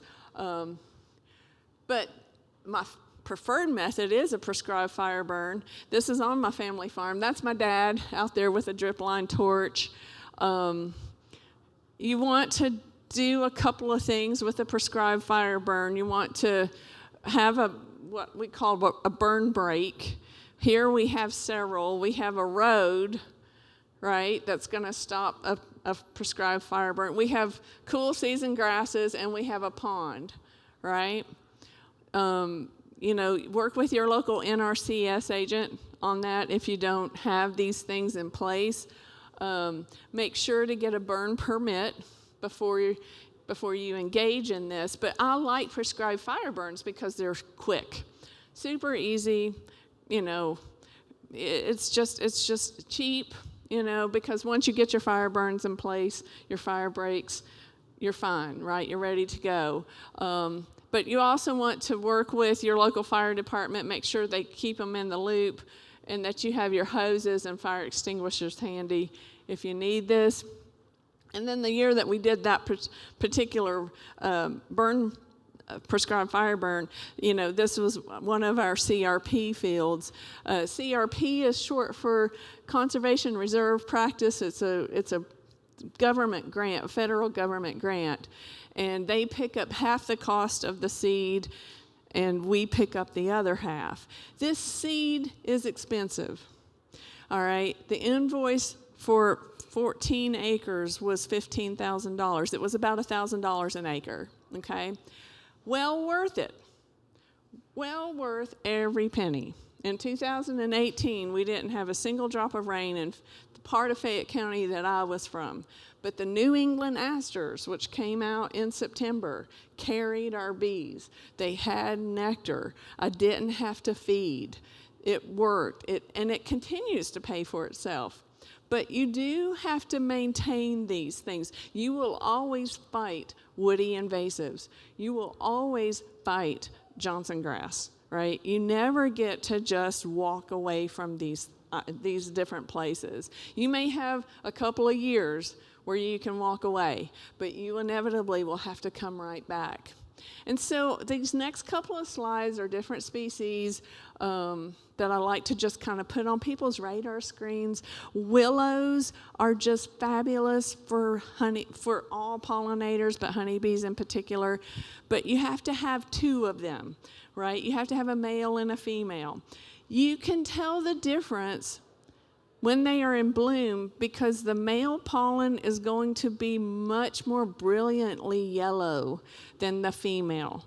But you do need to have two, okay? A male and a female to get the best out of this. But this is what I mean about the architecture of a pollen grain. Now, willows are one of these species, they play both sides of the fence, right? Because they're blooming in mid-January. Here in Kentucky, it can be 70 degrees, and then turn around, and it can be 7 degrees, right? So they don't put all of their eggs in one basket, right? They can be pollinated by pollinators, or they can be pollinated by the wind, right? It's a very unusual strategy, right? But we do have quite a few different types of plants like that. I like to mention skunk cabbage, first of all, because I think it's a fabulous plant, but then it also has this unique property. We call it thermogenesis. It can generate heat. So sometimes if you're lucky, you will see a bee warming its wings, right, as it gets ready to leave to go back to its hive, right, or its log or its tree or wherever its home is, right? It can produce heat in the middle of February, which is, like I said, very unusual. I like to highlight my colleague, Dr. Claire Richoff at the University of Kentucky, because we provided the bees for her to do a research study on annuals here in the bluegrass, and we had our hives all over the place. She had 19 different hives, and what she was finding was that there was a lot of diversity of annuals. Everybody talks about perennials because we all have this lovely idea in our head that if we plant perennials, then we don't have to do any more work. What her point is with these annuals is that they do bloom at a critical time of the year when other things may not, depending upon our winter. And like I said, she did this color chart to show 19 different apiaries that we set up and all of the diversity that we're having. And it's, I think I put the link in the previous slide, so you're welcome to access that. But then after those annuals after their bloom ends, we get into orchard bloom and the king bloom. And this is from my grandfather's farm, which I guess because spotted lanternfly is making its way into northern Kentucky, I guess I'm just going to have to emotionally divorce myself from the apples. But I'll have a love-hate relationship with clover. My grandfather's farm is in Fayette County, and I'm surrounded by horse farms, so I produce clover honey, right? But I like to emphasize that we also have a native type of clover called running buffalo clover. It's more prevalent than what we thought it was, and it really likes disturbance, the kind of disturbance that we associate with buffalo tramping on the ground. And the idea was that the seeds would get embedded in the fur of the buffalo as it would follow the buffalo traces. So I like to remind people that we do, in fact, have a native clover, that this may be something that they want to try to propagate. And what we worry about is that these other types of clovers that we have brought over from Europe can outcompete running buffalo clover, that's why it's endangered. It just cannot compete with something, something like white clover. If you are trying to climate-proof your gardens, Coreopsis is your friend. I don't care what kind of Coreopsis. It can handle drought. It can handle adverse conditions. And what I like, Craig Burrows had modified a camera so that we can see flowers the way bees see flowers. And so he gave me permission to use these slides from his book. But this is a picture of Plains Coreopsis showing us where pollen grains are on the flower. So the way that a bee would see that. And then Kentucky Department of Transportation uses Mexican sunflowers in a lot of their highway rights-of-ways, right? So again, those of you who are wanting to add some certain species to like maybe some bare parts of your yard or difficult parts of your yard to plant things, Mexican sunflower may be your friend. And I like to mention devil's walking stick because it blooms at an unusual time of year. It's more of a shrub. It's more of what I call a fringe tree on the forest. I tend to see them when I'm going up I-65, I-75, on the edges of the Daniel Boone National Forest. You will see every pollinator in the whole area working these things. But they have, and I'm quoting from a source here, a vicious thorn. You do not just want to reach out and grab these things. They will impale you. They are not. Of course, it's the plant strategy to keep from being eaten by deer, but it is a vicious thorn. But it's a fabulous nectar source. And so I've got a little QR code here from Dr. Doug Sponsler, who did some work. I had always thought of this as a forest tree. He talked about how well it does in Philadelphia, in the middle of an urban environment, which I did not know this. So I threw that in there just in case some of you want to try something different. And then, of course, I mentioned this photo was taken in 2018. That year, we did not have a single drop of rain on the farm. This is New England aster, right? For that $15,000 flower seed invoice that we paid in 2015, every penny it was repaid back in this year, and I did not have to feed. I didn't have to do anything. And what I really like about this is that the structure of asters it looks positively medieval. You've got these spikes and these divots. It absolutely depends upon pollinators to take its pollen from one flower to the other. I think the pollen structures are just gorgeous. I like to mention goldenrod, but what I see too often with goldenrod is that people have a perception that they need to till the soil super deeply, right? And if you do that with goldenrod, first of all, you're wasting your time, right? Goldenrod does not need to be planted super deeply, right? You can almost hand sow it, and it would do all right. It just needs a very fine layer of soil on it. But I see people, if you spend that much money on wildflower seed, you want to make sure that you work with your NRCS people. A lot of times they will set the seed drill for you so that you don't make those expensive mistakes. So make sure that you work with that. Now, I have a note here.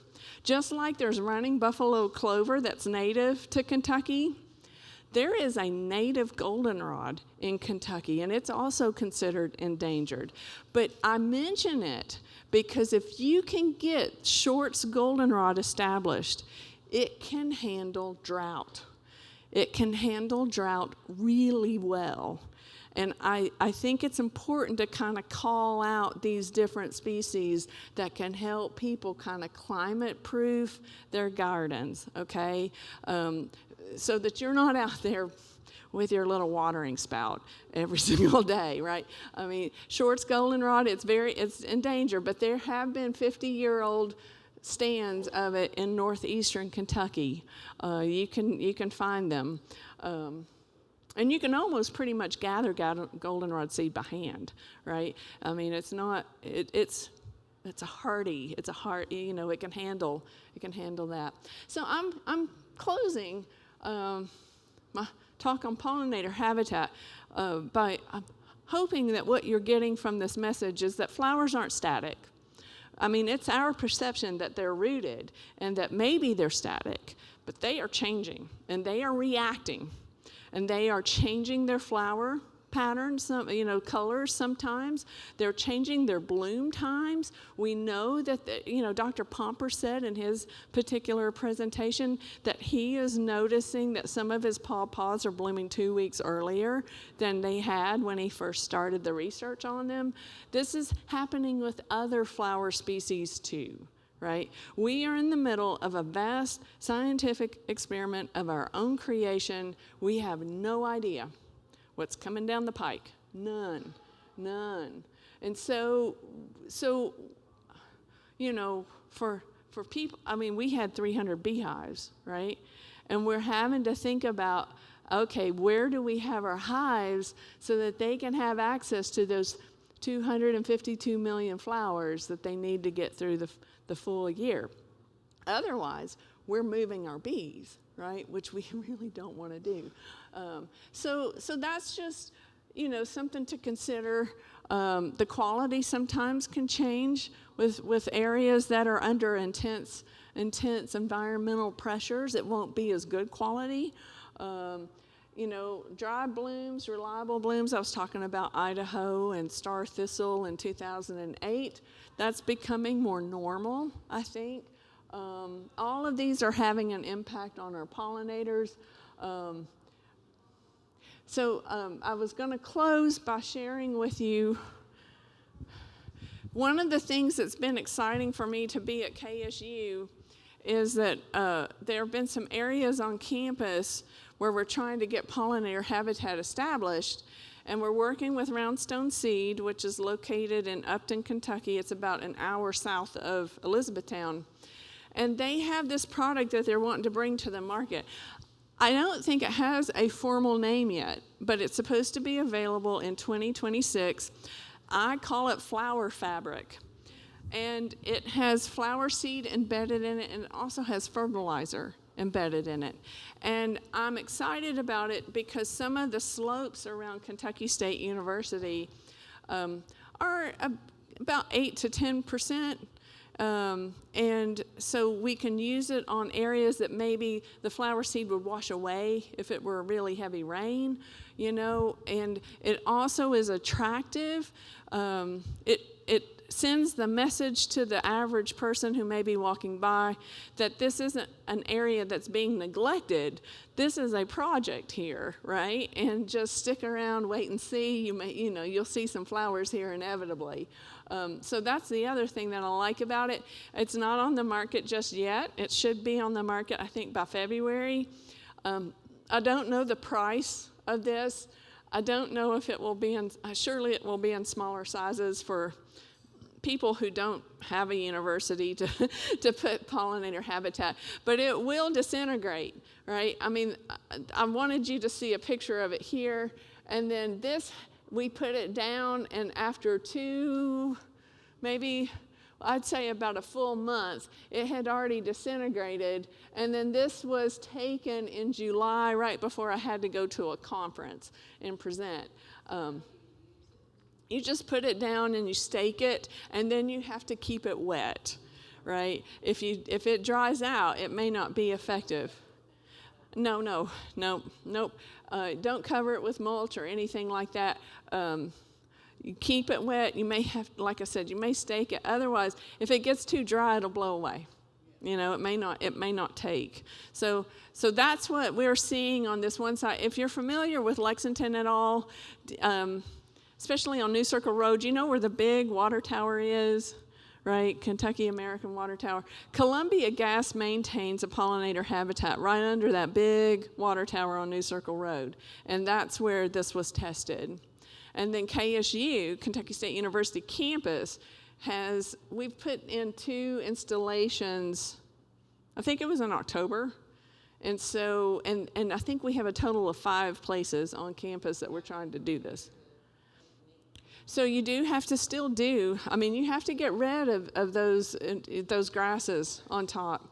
And the seed bank needs to be clean underneath too, right? I mean, that it's the seeds in that seed bank that are your real threat, because they're just waiting.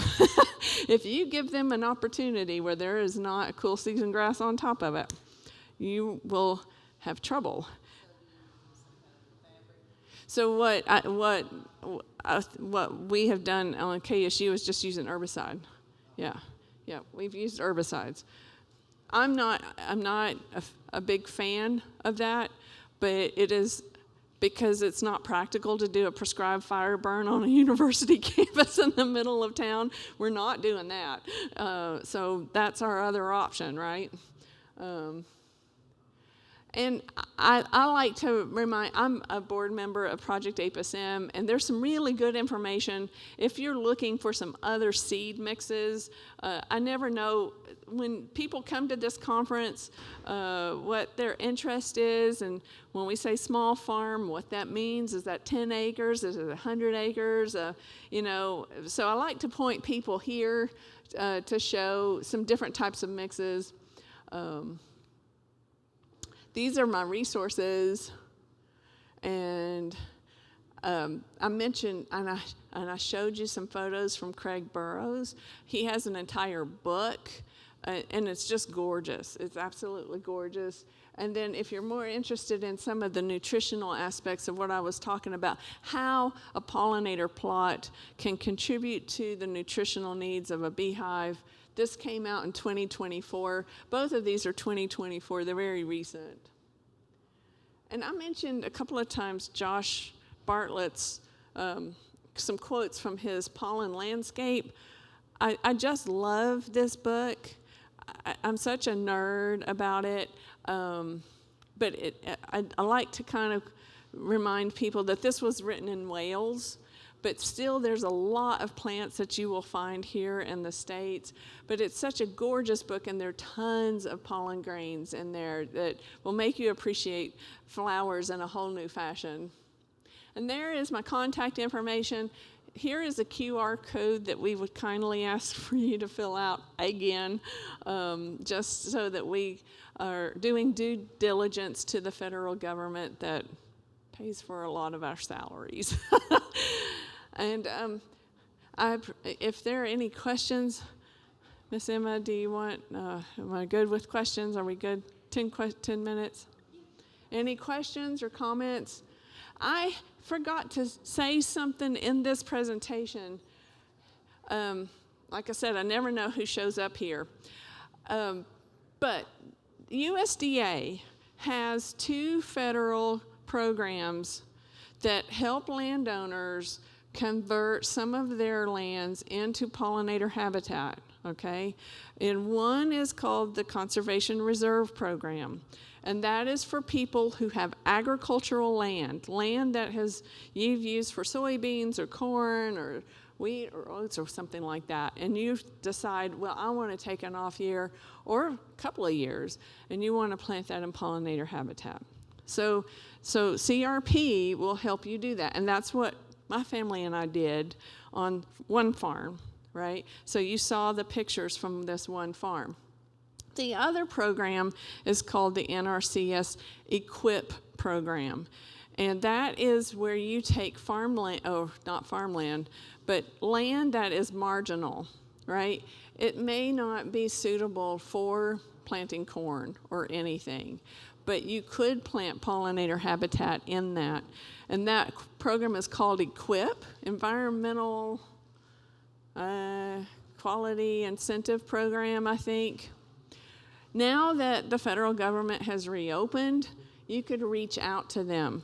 But what I want to tell you about, especially if you are what's called socially disadvantaged, limited resource, or a beginning farmer, right? It's CCC 860. And this needs to be your first step. There's a lot of different definitions of what's considered socially disadvantaged. If you are a woman, for instance, and you are trying to get your farm up and rolling, then you would be considered socially disadvantaged. If maybe you served your country and you come back and you're an amputee, then this would be a way for you to get some financial assistance, okay? This typically and ideally needs to be in place before you apply for the CRP or the NRCS EQIP, right? So I have some extras here because I had to do a conference in Tennessee and I was talking about grants. So if you want to take these, feel free. These are extras. And again, I mean, one thing that's very helpful when you're dealing with pollinator habitat is to understand we're not talking about these little seed packets that are like $1.50 at Kroger's, right? We're talking invoices of $1,500, right? At the least, right? At the small end of the margin. So you need to think about making sure that seed bank is perfectly clean before you spend that money on your wildflower seed, okay? And that takes some time, which nobody in the United States like to spend, you know? It takes some prep, you know, and it takes working with people who are knowledgeable in these fields, you know, so that you take it easy on yourself, because it's a lot of sweat equity too. All right, any questions, comments? What if you're not interested in really harvesting the honey, but yet would like just pollinator? So the question is, what if you don't want to be a beekeeper, but you want pollinator habitat? Is that it? That's fine. Oh yeah, that's absolutely fine. And to make sure that I understand the question, do you want a local beekeeper to have hives on your land, or you just want flowers? You could care less about the bees. Okay. Sure. Okay. So there is on the Kentucky State Beekeepers Association website a list of 60 different beekeeping associations throughout the Commonwealth, at least 60. So you can find your local beekeeping association and reach out to them and see if somebody needs areas to put hives on. If it were me, because I'm neurotic, I would want a surface use agreement so that, you know, somebody is picking up the expenses to fence off those hives if you live in an area that has a lot of bears, right? Like, you don't want to deal with somebody who's the bears have come and knocked over all of the hives and they're angry. And I mean, you know, I would just get a surface use agreement in place. You know, and then, you know, maybe your take of it is a gallon of honey or something if they make that much. Second year, first year hives don't make that much, right? You don't take honey from first year hives. But the website for Kentucky State Beekeepers Association is kybees.org. And that is where that list is of all of the beekeeping associations in the state. But I agree. I mean, I'm with you. I mean, I'm 57. I think I have about another 10 years of being a beekeeper, and we finally, it took us 3 years to get down from 300 hives to under 100. You know, I mean, you know, we're there. We get it. You know, it's a lot of hard work to keep bees. Other questions or comments? Yes? Comments, questions? Yeah. I always like to remind people too, like maybe this is too big, right? You can always plant good, I mean, to me, enjoyable pollinator habitat in containers.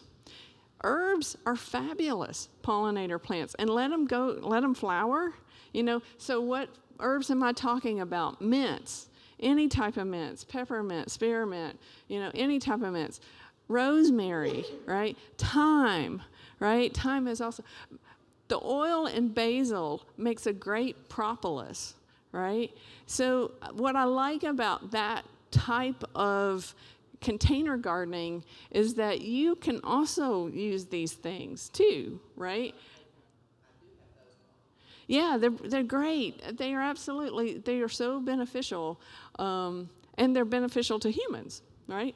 I mean, sage is a perfect example of a gorgeous, absolutely gorgeous plant that we use this time of year, right? We're getting ready to throw it into the dressing with our turkey stuffing.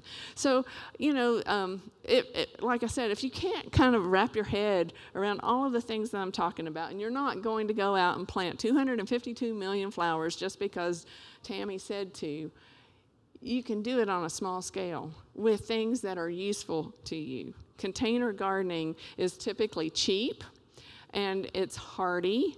Herbs can handle heat, don't need a lot of fussing, and also provide you benefits as well. So just remember that. Yeah. Any other questions or comments? Well, thank you so much for being here and sticking it out with us. Take some of this stuff home. You're welcome to come up and take any of this with you. So our next presentation will start at 3, and it is actually, if you haven't heard this already, it is actually Sherry Dutton's presentation. So Jody Thompson will not be speaking at 3. It'll be Sherry Dutton's presentation about flowers for dyeing. Yes.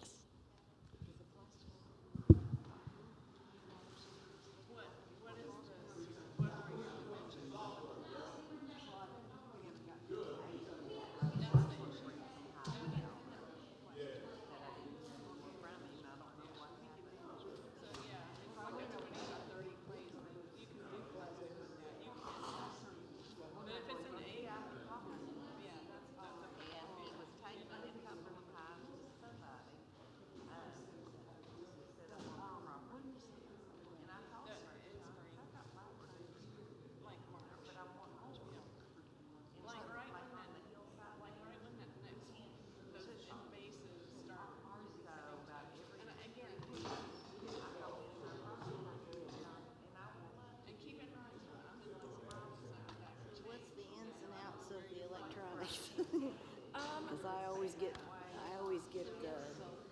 challenged by all this stuff.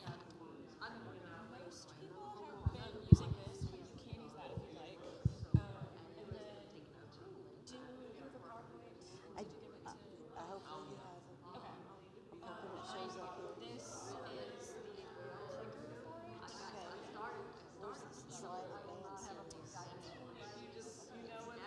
Really, this is the one to go forward, and this is the one to go back. And then this is not showing up right now, but it's kind of like a laser pointer. Oh, that's what she was trying to use, the circle. Yeah, but I believe this one is like forward and this one's backwards. So, And then this just works. yes. I have a loud voice, but if I blow people out, Yeah, right in 3 I'll go introduction. hopefully I'll have some people. Who's going to bounce out? Joe Thompson. Has like a forest. I think he's going to talk about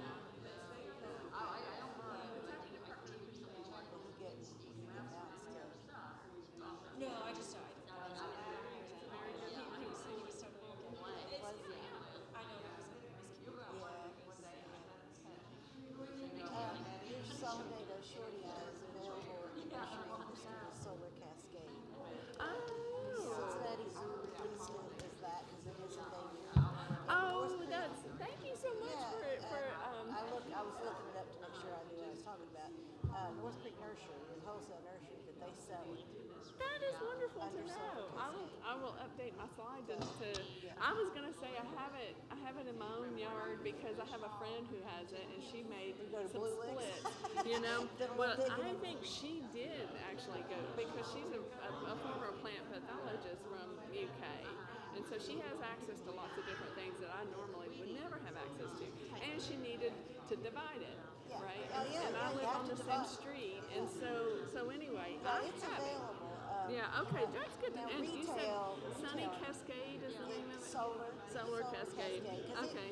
It kind of weeps down. you Oh, know, yeah, it after a falls year or flat. two. Yeah, so that's the Cascade. So that's how. So Cincinnati's named it and got it out of and got it into production by giving it a cultivator. But it's Excellent. straight species. That is so cool to know. Take them all. You Absolutely. go to their native plant conference in Cincinnati. I do not. Oh, you should check it out. Okay. I've had a particularly tough year this year. I was just telling her I've had my last surviving aunt just died on Monday, and no will, no children, no legal spouse. Like you know. I do.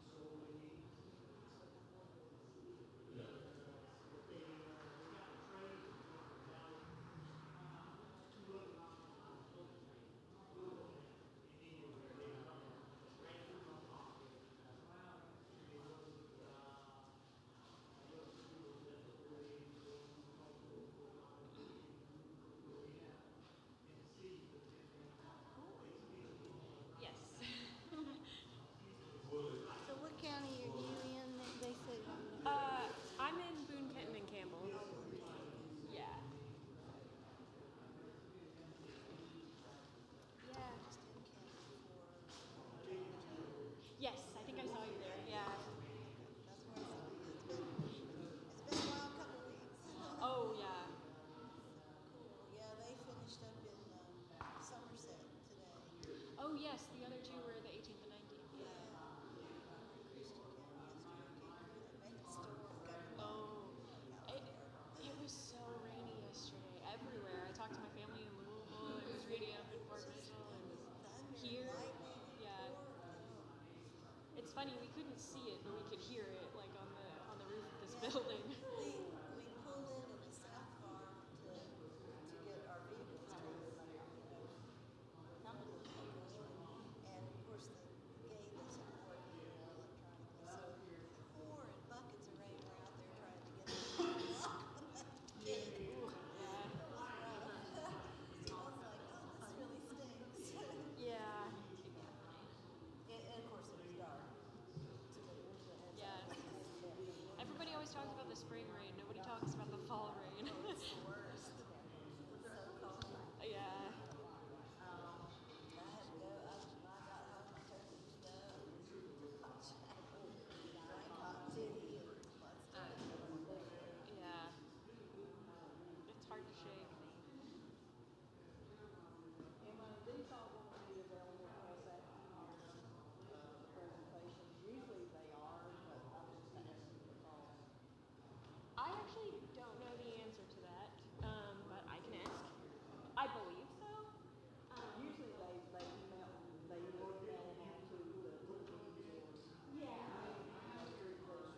lot of the seminars, so I'm thinking there's a lot like this year. Yeah, I can check. You know what, I'm trying to encourage people to sign up for classes.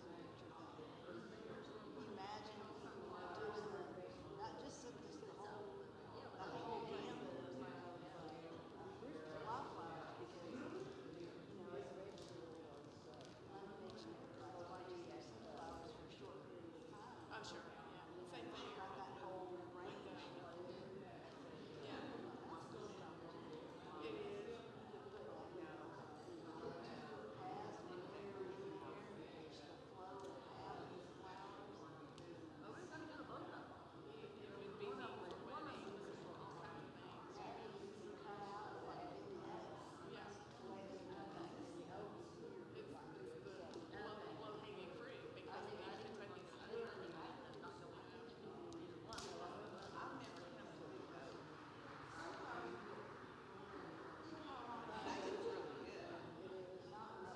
Well, although I have that picture from that scraggly looking sunflower, I took that, I think, November the 3rd. You know, I could not believe that it was still with its leaf fruit, you know? Like, I just couldn't believe it. So that, I mean, I happen to do, yeah. Well, I'm into doing inspection of a beekeeper's hive. I think it was, when is it? It was October the 28th, and his parents were January. Full bloom. Like, not just a couple of blooms. Well, that's what he said. That's I never heard of that. You know?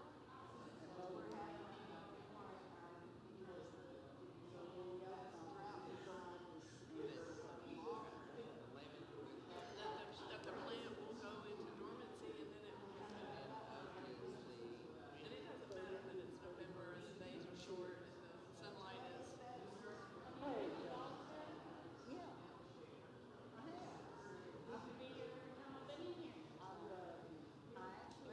Just about orchard systems, they just about have to have irrigation and bees. It just happens.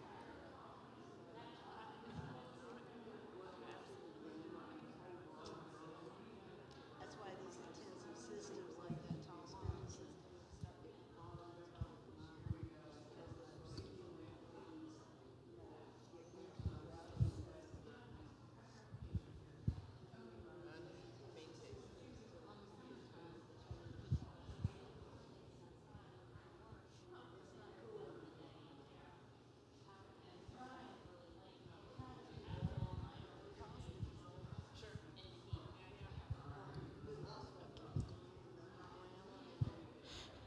All right, we're at 3 minutes, so we're going to go ahead and get started.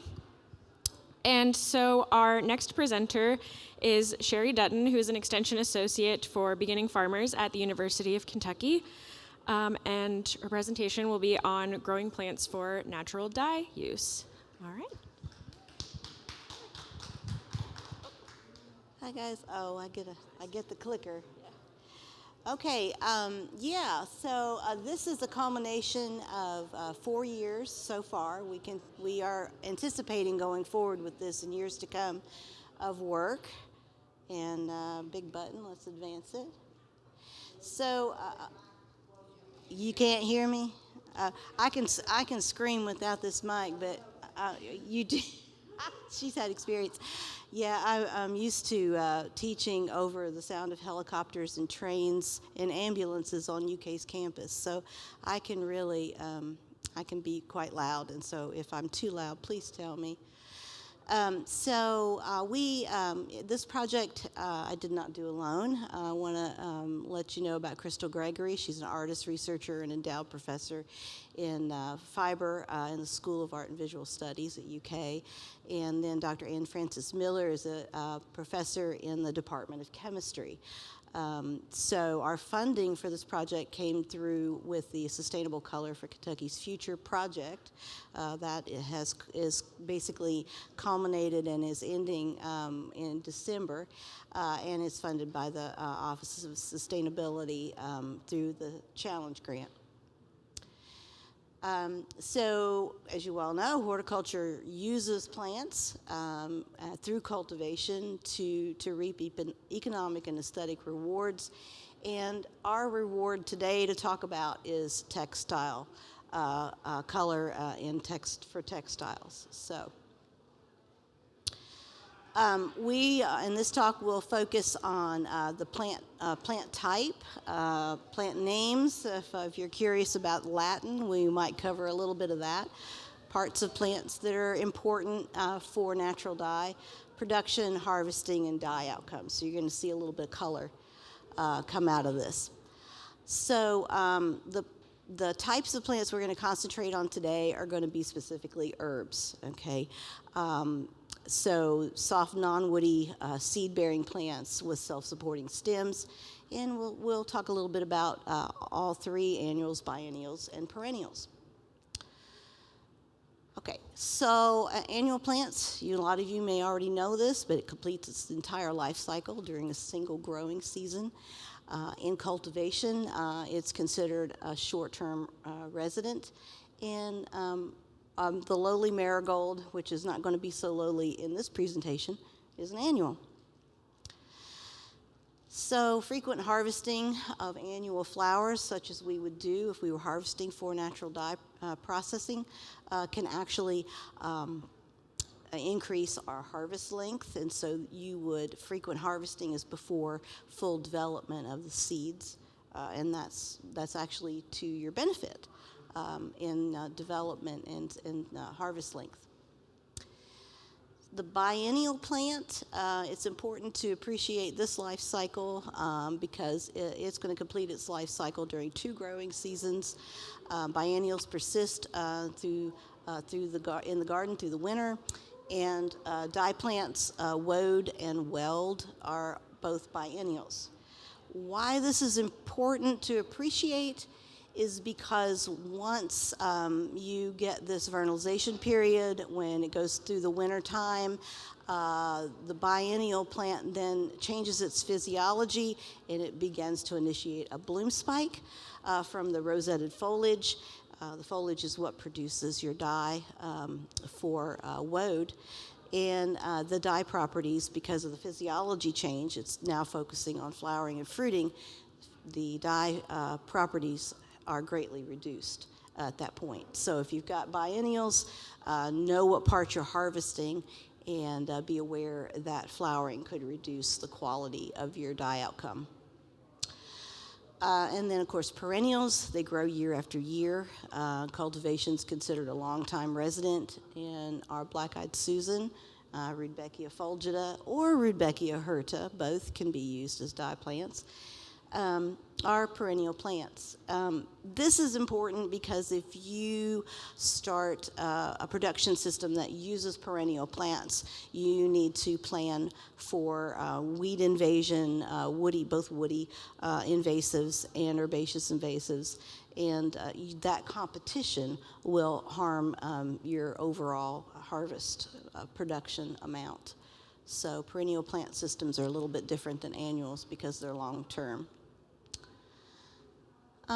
Okay, and another point I want to bring out about Black-Eyed Susan and some others is that frequent harvesting of young flowers, or those flowers that still have active disc flowers on Black-Eyed Susan, or the brown part, or the black part. There are many, many flowers, that 200,000 or 200 million that you mentioned. You can get that number pretty quick with a heavy population of disc-flowered plants. I think I just got louder. So anyway, yes, frequent harvesting can increase your yield over time through the season. It's good for dyers. So plant parts that are important to the natural dyer are going to be your aerial portions, flowers, of course, leaves, stems, fruit, and seeds. And then also underground portions. So madder root is up here in the right-hand corner, and it looks kind of like a mesh of earthworms, but that's actually roots. And then, surprisingly enough, a sunflower, this particular one is the Hopi black dye sunflower, you use the seed. So you look for fully developed seed with color, and you harvest that head. And we'll get to that here in a second. Cultivating plants allows us to choose the best species or variety for reproducible color. So I'm a horticulturist, and this is kind of something I have not seen in the literature, is a mention of, varieties for specific tonal variation and dye outcome, and I think it's really exciting. And I think you guys could take this home and run with it, and hopefully by the end of this talk, you'll feel empowered to do that. But we have a lot of plant breeding and cultivars out there, and it could be some really exciting dye outcomes unique to your farm or to your operation if you just do a little bit of research and development on it. And I'll show you why. So our palette for this project was Hopi sunflower, gives us grays, Seneca red stalker corn, gray purples. We got a student right now in the class that is creating royal purple from husks of Seneca red stalker corn. It was incredible. She did it yesterday in the lab. French marigold, Tagetes patula, Bonanza bolero is the one we're going to focus on in this talk. Cosmos tango, that is an heirloom variety that is very, very, very much a giver of color, bright orange. Black-eyed Susan, browns and tans. Dyer's Coreopsis, Coreopsis tinctoria of yellows and oranges. Okay, here, yeah, if I can figure it out. One more, there you go. We'll go over each one of these specifically, and I brought the swatch book. So if anybody wants to look at the real deal, we actually, this class that is ongoing that was funded through the sustainability funding, we are teaching a class. And so we finished these swatches last week. So this really is hot off the press. It's I'm pretty excited about it. If you can't tell, I am. So we're going to talk about plant names. We're going to look a little bit of Latin, just because it's important. It's going to give you an edge on that reproducibility, okay? So plants are related, just like we are, to each other, and have special names to identify them. And our marigold has a lot of names. So, yeah, Stinking Roger. I didn't know about that, but somehow Wikipedia did. Khaki weed, pot marigold, Indian marigold, French marigold, African marigold, or marigold. Now, what in the world? Which is it? Well, it happens to be the common name in our area. A lot of these common names are common in other areas of the world, but in our area, the word for this is French marigold. So French marigold is a smaller marigold in stature and in petal number. And it has another name, has a scientific name with a genus and a specific epithet of Tagetes patula. So if we get a really interesting dye outcome from a French marigold, we're going to want to know what to buy next year, right? So we have lots of horticultural selections called cultivars. And cultivar names are fancy, and they're not Latin. That just means they're within the language that was developed in. So it's a fancy name, set off by single quotes and not italicized. So this marigold then becomes Tagetes patula Bonanza Bolero, or French marigold Bonanza Bolero. Okay. Now we know what to get if we really like our dye outcome. And why is that important? So it has vibrant, long-lasting blooms. It's an incredible giver of color, a reproducible color. It doesn't take very many flowers.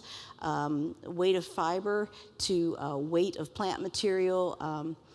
Dried is 100%, so however many grams of fiber you're going to dye, that's how many grams of dried petals you would use, which you don't have to take the petals away from the calyx of the flower. You simply pull the flower and dry it.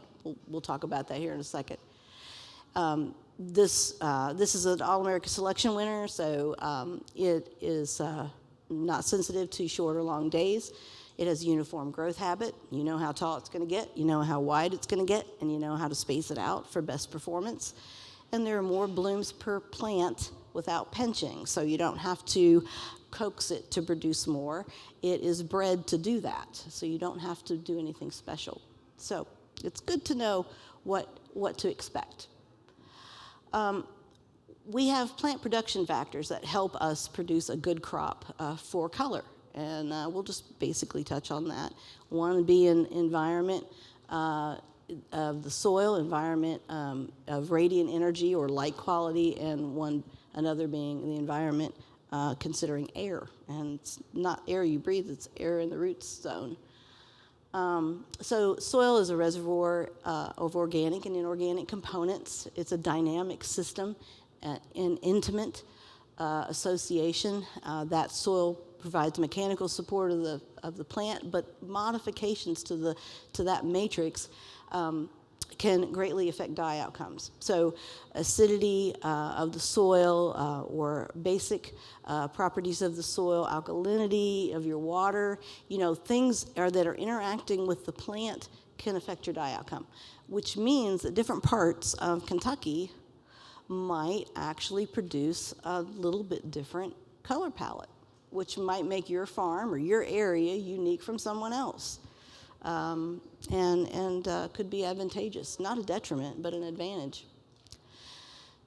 So air, good plant development depends with good air movement, and we're talking about that relative to the soil. And so typically very wet soils have low oxygen and high carbon dioxide, and for dye plants that's typically not the environment you want them in, and so siding of most plants grown for natural dye use should not be in soils that can become waterlogged as a general rule.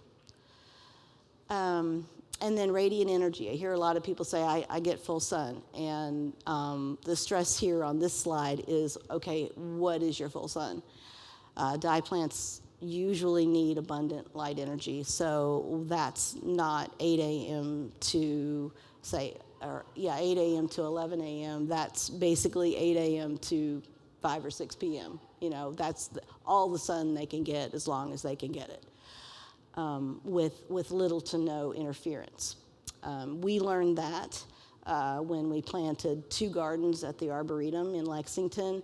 We had one garden in a partially shaded location and another one in a full sun location, and yield and quality was dramatically different between the two. So just to sum that section up, the best sites was a good site, good soil tilth and adequate organic components, adequate uniform soil moisture that drains well, and a site that receives full sun. Now, I want to talk a little bit about starting plants, and I got a handout on the tables. Looks like this. It's a Master Gardener printout on seed viability. I wanted to point it out first so I don't forget it mainly. But we're going to talk a little bit about heirloom seed and named cultivar seed, because those are two general categories, and both are important if you want to try natural dyeing. So heirloom seed is seed passed down from generation to generation within a community. It could be, culturally very important. They're open pollinated. Once the plants cross pollinate, those progeny display varied traits. We're going to look at a little pro and con of that, because there is a pro and there is a con. Saved seed must reach physiological maturity. Hopi black dye sunflower, the Seneca red stalker corn, Dyer's coreopsis, and Tango cosmos are all heirloom species. And we're going to look at how beautifully they yield color. Okay, so our hybrid varieties, on the other hand, are more expensive to purchase because of the time and the labor it takes to do the crosses. But you have uniform, predictable performance. Now, we had 3 interns this summer. They worked in hot, humid conditions. And the marigolds that they worked with that were all the same size and all the same height allowed them to put together a little harvest protocol to ease their hot, humid pain. And I took them over to another plot that had marigolds of different sizes, and some that fell over and some that didn't bloom as well. And I said, well, let's go collect from these. And they were like, no, I can't pull my wagon up to that, and harvest that quickly. I'm hot and I'm tired. So they didn't want anything to do with that. They wanted the hybrid varieties where every plant was pretty much the same height, same width, and the same abundance of flowers that they could harvest. So, 20-year-olds will let you know real quickly if they don't like the system you've put in place. So seeds saved from a hybrid population usually are not used commercially because the progeny will display a great variability of plant performance. And so some will be tall, some will be short, some won't have very many blooms on them, some may split or lodge easily in the wind. They have all kinds of performance attitudes. So the germination process, and this is really either category, hybrid or heirloom. Your seed must be viable, it must be alive. The seed must have an appropriate environment to germinate and to grow. And so that little handout there is a quick, kind of a quick and dirty way of seeing that the seed, whether heirloom or hybrid, maybe you've kept your seed for a while and you want to know if it's still alive. That little sheet will give you kind of a Q&D way of telling. And then you can make the decision of whether to order more seed or waste the real estate, to try and grow a crop if it has poor germability. So, and if you don't have one of those, let me know and I'll get you one. Okay, this is the URL that page came from. So that was just on there. But you guys have the hard copy, so I would advise you to test your seeds before you sow. No matter if you're collecting those seeds yourself or you have some that you've bought and they're a couple years old, I would still test them.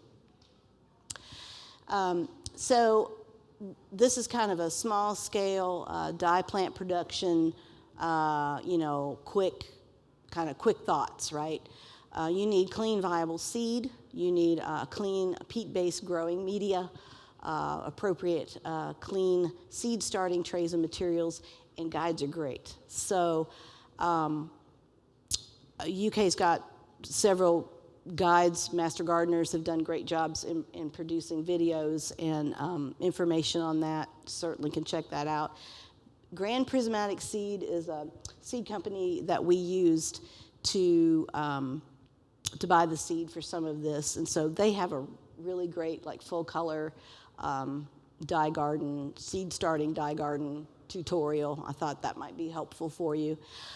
Johnny's Seeds has great full color, nice seed starting kits, full color tutorials. So those are just two that I put in there. It's no, I'm not advertising for these guys. It's not an endorsement. It's just, I thought they were good resources. But there's a lot of resources out there. Definitely, anytime you want a resource, typing in .edu is your friend, right? These are just two companies that I've worked with, and their guides are good as well. So seed suppliers. So these were our suppliers. So Grand Prismatic Seed, they were the sellers for Tango, Cosmos, Dyer's Coreopsis, the black sunflower. Parks, our French marigold, Bonanza Bolero. Holmes Seed Company was the red stalker corn. And Prairie Moon, among other things, they have black-eyed Susan. They have lots and lots of native plants. So. No, that's the seed company. So there's no variety. It's a straight species, Rudbeckia fulgida.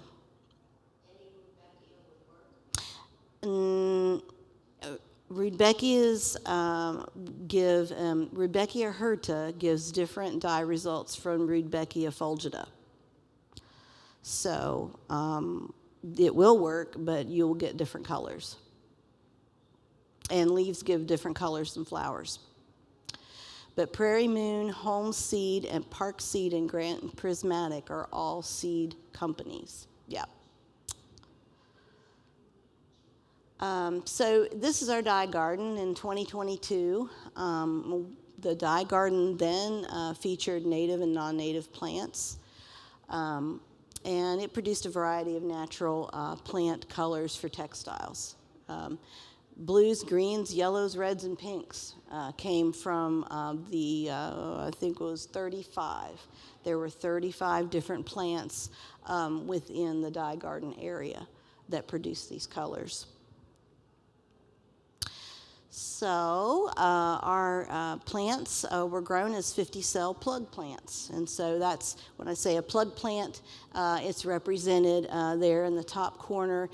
You've got a little cache of soil with a good root system, and you're pulling that out and you're putting that, into the ground in a production manner. Our secret sauce for growing our plants was a slow-release granular fertilizer with an 18-5-12 NPK. Here's the real secret: 5 to 6 month release. If you get a 3-month release and you go into July, August, you'll have no fertilizer left by the time you reach the 1st of August, because it's over, it's done. The granular fertilizer has released all it has to release. So you need one that has a little bit longer release period to keep things going, so that you don't have to put another input in later in the year. So we watered the plants in, we mulch with a hardwood mulch. Our biggest challenge was not fertility, because we'd covered that. We did have supplemental water when it was needed. Our biggest challenge was weeding. Okay, so lots and lots of weed pressure, even though we had the hardwood mulch, and our interns greatly complained about the weeding tasks. So it was vital, though, for good harvest. So this was Allie's method. She would pull her wagon up and open the bags, and in would go the petals, and then they would wheel them to the next area. They made their harvests early mornings. They were out there before the rooster crowed, and because it was so hot, and Mondays and Wednesdays, and they collected fully open young flowers. Okay, so that's kind of important. Note, fully open and young. They're separated out in a post-harvest treatments according to variety and species, and they were separated for freezing, a post-harvest treatment of freezing, and for open air drying. And we have several open air drying techniques to share with you today. In the Ziploc bags, they were in Ziploc bags because of the freezing. So anything that was air dried was collected in paper bags. All right, so harvesting. How am I doing on time? Am I doing okay? Oh, okay, so harvesting, we did this in various ways. These are herb racks. They were hanging in this tunnel. It was an unused tunnel. And the herb racks allowed for adequate airflow around the petals, fairly quick dry times. We used the benches with some screening to dry our sunflowers. The con for the drying rack, the herb drying racks, is that UV light degrades some of the dye properties of the petals. And so we actually employed the herb drying racks very late in the season in September when our light quality started to wane. We'll look at that here in a second. Again, we had three post-harvest air drying, actually 4 post-harvest air drying systems. One was a forced air oven, similar to what you would get if you had a dehydrator. We dried in that. We have plants that are on the bench and covered by regular window screening, right? We had petals and plant debris that was covered with 90% shade cloth, and this is horticultural grade shade cloth that's used in the industry. So you would get that to shade a greenhouse or a hoop house. So guaranteed 90%. And then the black is 99.9%, woo, sound like a kitchen problem, 99.9% blackout cloth. That was woven, and it allowed air circulation, but not adequate air circulation. So those petals that were under that were actually slower to dry, and we actually worried about degradation from, senescence, slow senescence. So when we folded the material over, so basically just formed a taco, then this next picture shows that, and the blackout fabric then had a white side to reflect, radiant heat buildup under there.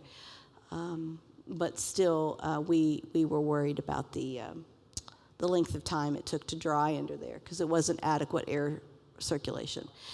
The best results that we got for a dye quality is coming from our 90% shade cloth. The window screening allowed a little bit too much UV degradation. So what that translates into is it's going to take more petals, so that 100% weight of fiber to weight of plant, you would need to increase your weight of plant material to make up for the degradation from the UV light. So, okay. How do you harvest? So it matters.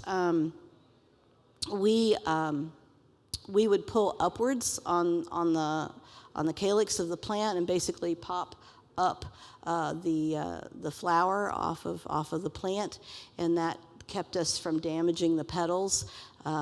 We didn't want any necrosis, being introduced. We wanted to get them frozen or dried as quickly as possible. We did not harvest declining flowers, so there's not any necrotic material in the mix. And for marigold and cosmos, you can use it fresh, dried, or frozen. Now, using it fresh, you have to increase your weight of plant material, because at least 80% of that weight is water, right? So you're better to, when you use it fresh, to go 200% weight of plant to weight of fiber. But you know, you're out there harvesting, I don't know, dyeing and harvesting is kind of hard anyway. I'd want to save it to the winter. So what do you get? You get this. There's three types of natural fibers here. The top is going to always be silk. And underneath the silk is a wool fabric swatch, and underneath the wool is a cotton fabric swatch. Now, I brought my book. It's really hard to show the variety of how each fiber takes the same dye bath, but you're welcome to have a look at my book. I just sort of concentrated on silk just because that was easier for the talk. But the silk fabric is scoured first, and that's to remove sericin, which is a gum that exists on silk. So it's scoured. It's scoured in a pH-neutral detergent like Dawn. Dawn dishwashing soap is one of them. We mordanted the silk fabric with aluminum sulfate or alum. You may have heard reference to alum. That's what that is. We used 100% weight of fiber to dry plant material, and the control swatch is always going to be up here in this left corner on my slides, and there's no modifications on the control. It was just put into the dye bath, and we'll talk about how that bath was made here in a second. So the rest of these swatches are products of modifiers, and so we took that same result from the dye bath, and we placed fabric swatches in an iron modified environment, some swatches in an acid modified environment, and that acid would be citric acid, a soda ash modified environment, and that would be an alkaline treatment, in indigo overdye. And so we had an indigo vat that the students prepared for our overdye experiments. So that's marigold. So each one of these is going to be the same way of explaining what you're seeing. And that is our Cosmos. Cosmos is an excellent giver of color. Those are those oranges again. You overdye that with indigo, and you get really a nice rust brown from iron. So you've got quite a bit of a color array there just with Cosmos and a few modifiers. The second dip, there's a couple slides in here that represent a second dip, and we were just trying to see if we could intensify the results, and really that didn't happen. I mean, you got good color, so there's, it's kind of like you can't improve on it really. And harvesting Rudbeckia, basically the same way, except that your pollinators tend to tell you what disc flowers, if there are disc flowers that are still young, right? And so sometimes for Rudbeckia hirta anyway, this is hirta autumn colors. For Rudbeckia hirta, the ray flowers are very colorful, even though the flower is in decline or it's old. And so the interns would look for signs of pollinator activity, and that would be the flowers they would collect for the post-harvest treatments. And so a soldier beetle is a good indicator. He was busy. Sorry, it's a little, wind must have moved the flower, but I had good intentions.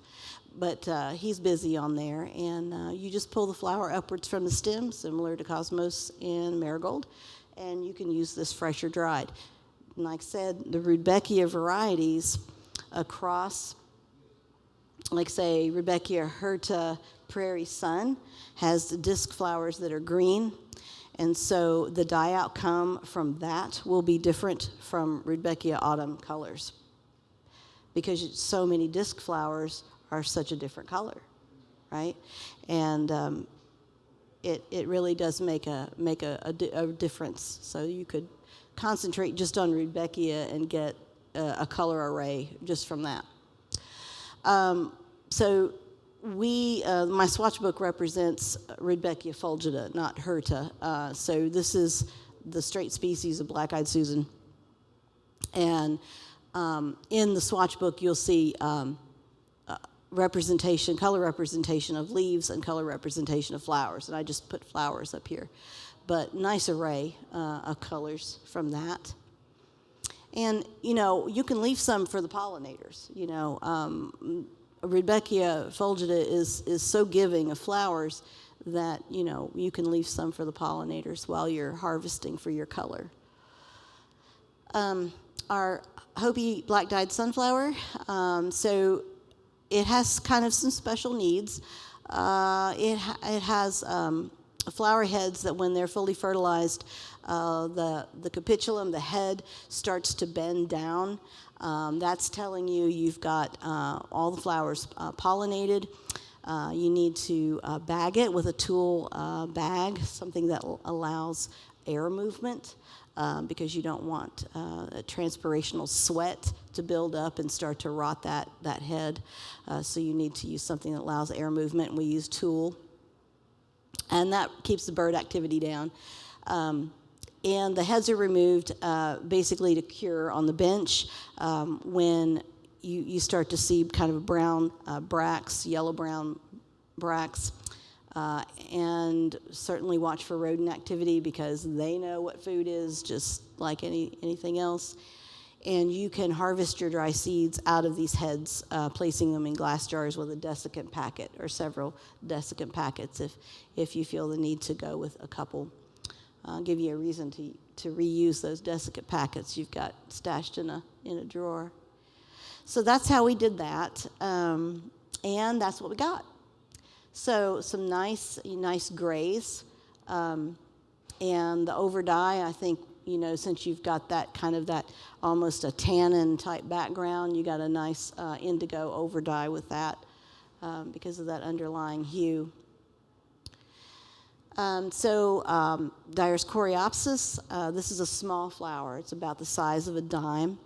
And the heirloom variety on this meant that we got many, many colors.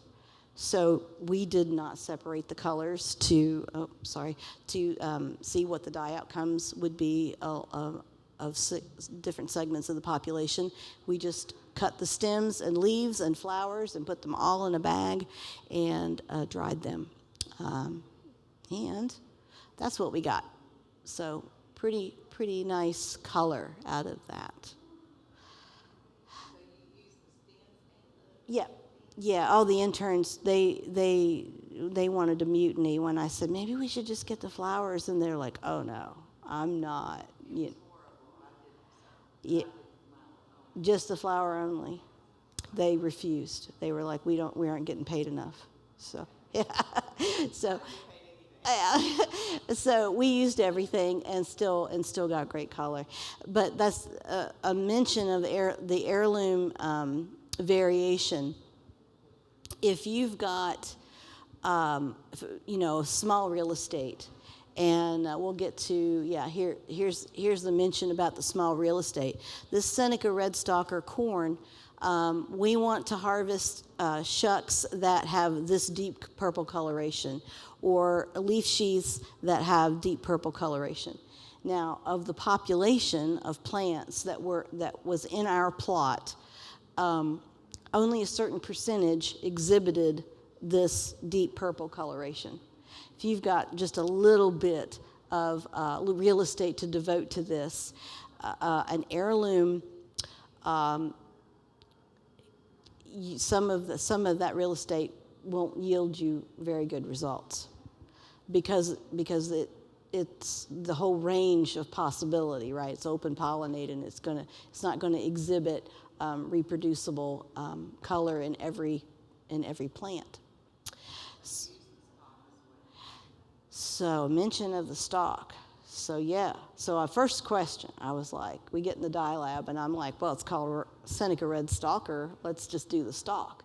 So we pulled every leaf, every little bit of husk, every little leaf sheath, every bit of it, cut up the stalks. Oh, terrible, terrible, terrible. It was just this, well, it was the color of the paint up there. It's what's in the notebook. You can see it. No color, no color. So, but the sheaths, the leaf sheaths and the husks is where your cell density is in the plant and where the density of the color is. And that's what we got. So we've got kind of this purple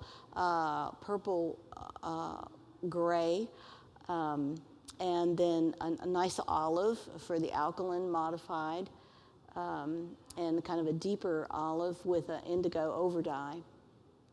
So nice results. And this one, a student her results on Monday from this was yielding a royal purple.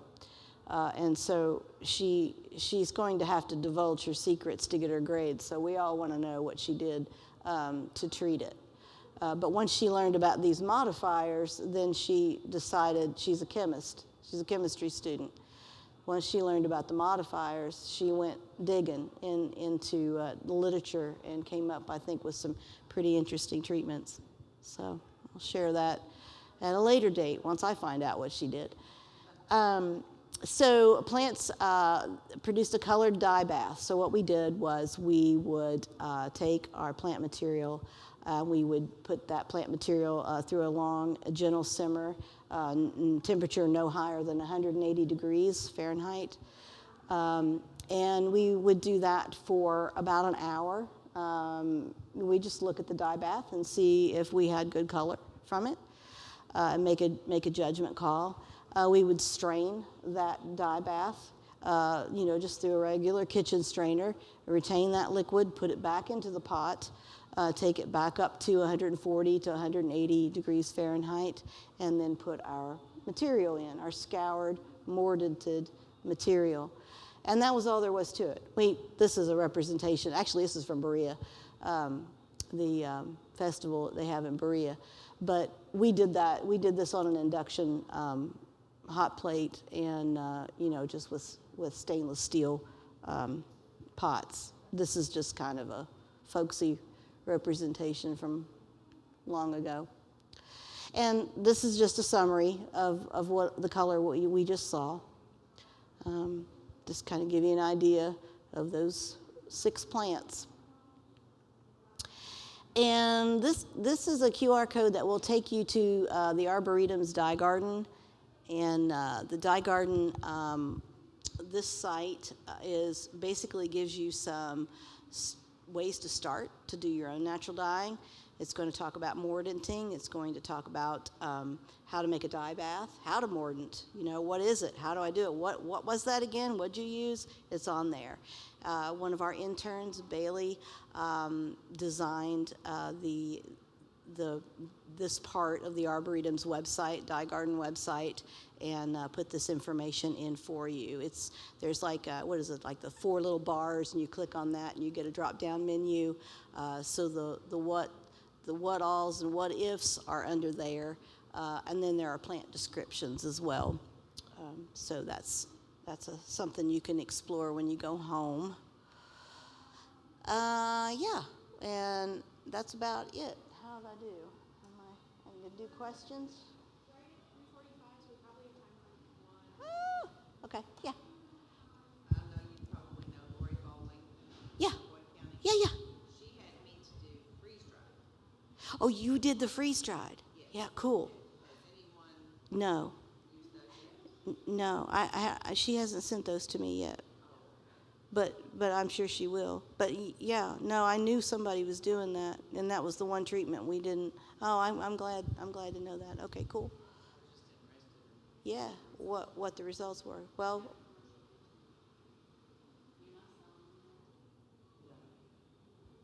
hey.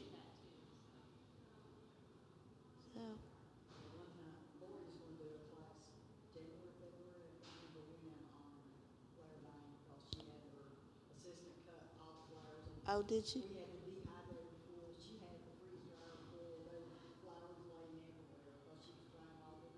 Well, cool. Yeah, I mean, this is really fun. And my hope is that this can get taken to your farms.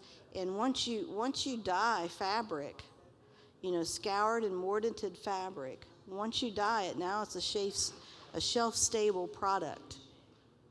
That can go through Etsy. That can go to rug hookers. That can go to knitters. That can be yarn. That can be yardage of fabric, silk, wool, cotton. I mean,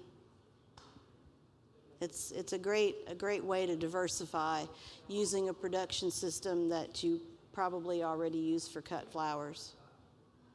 So, very little input.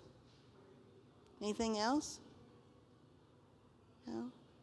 Well, okay, if you need me, I'm at the University of Kentucky. I'm in the Department of Horticulture, and just reach out, right?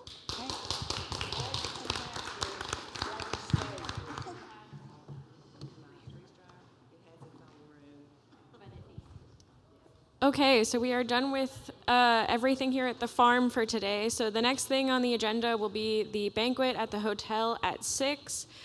The last I heard, the buses should be getting here around 4:15 to take you all back to the hotel. Somebody did ask earlier about if these presentations will be available, and the answer is yes. I do not know exactly when, but they will be posted on the KYSU Ag, just KYSU AG YouTube page, and I believe will also be sent out in an email afterwards. Yes, and thank you all for being here today. Yeah, I think that's it.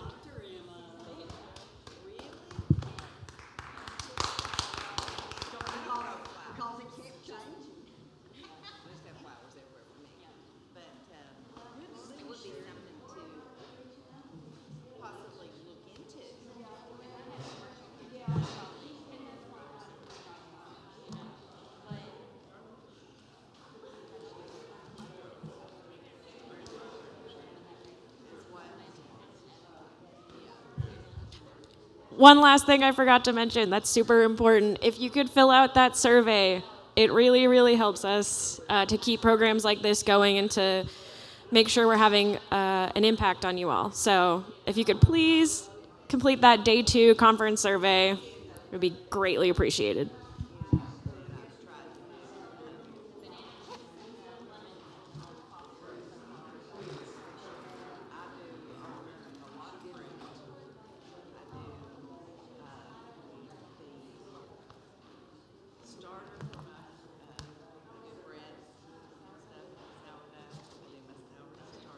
So Day 2, that's different than the one we did yesterday? Yes. Okay. So there will be a different survey each day. Okay.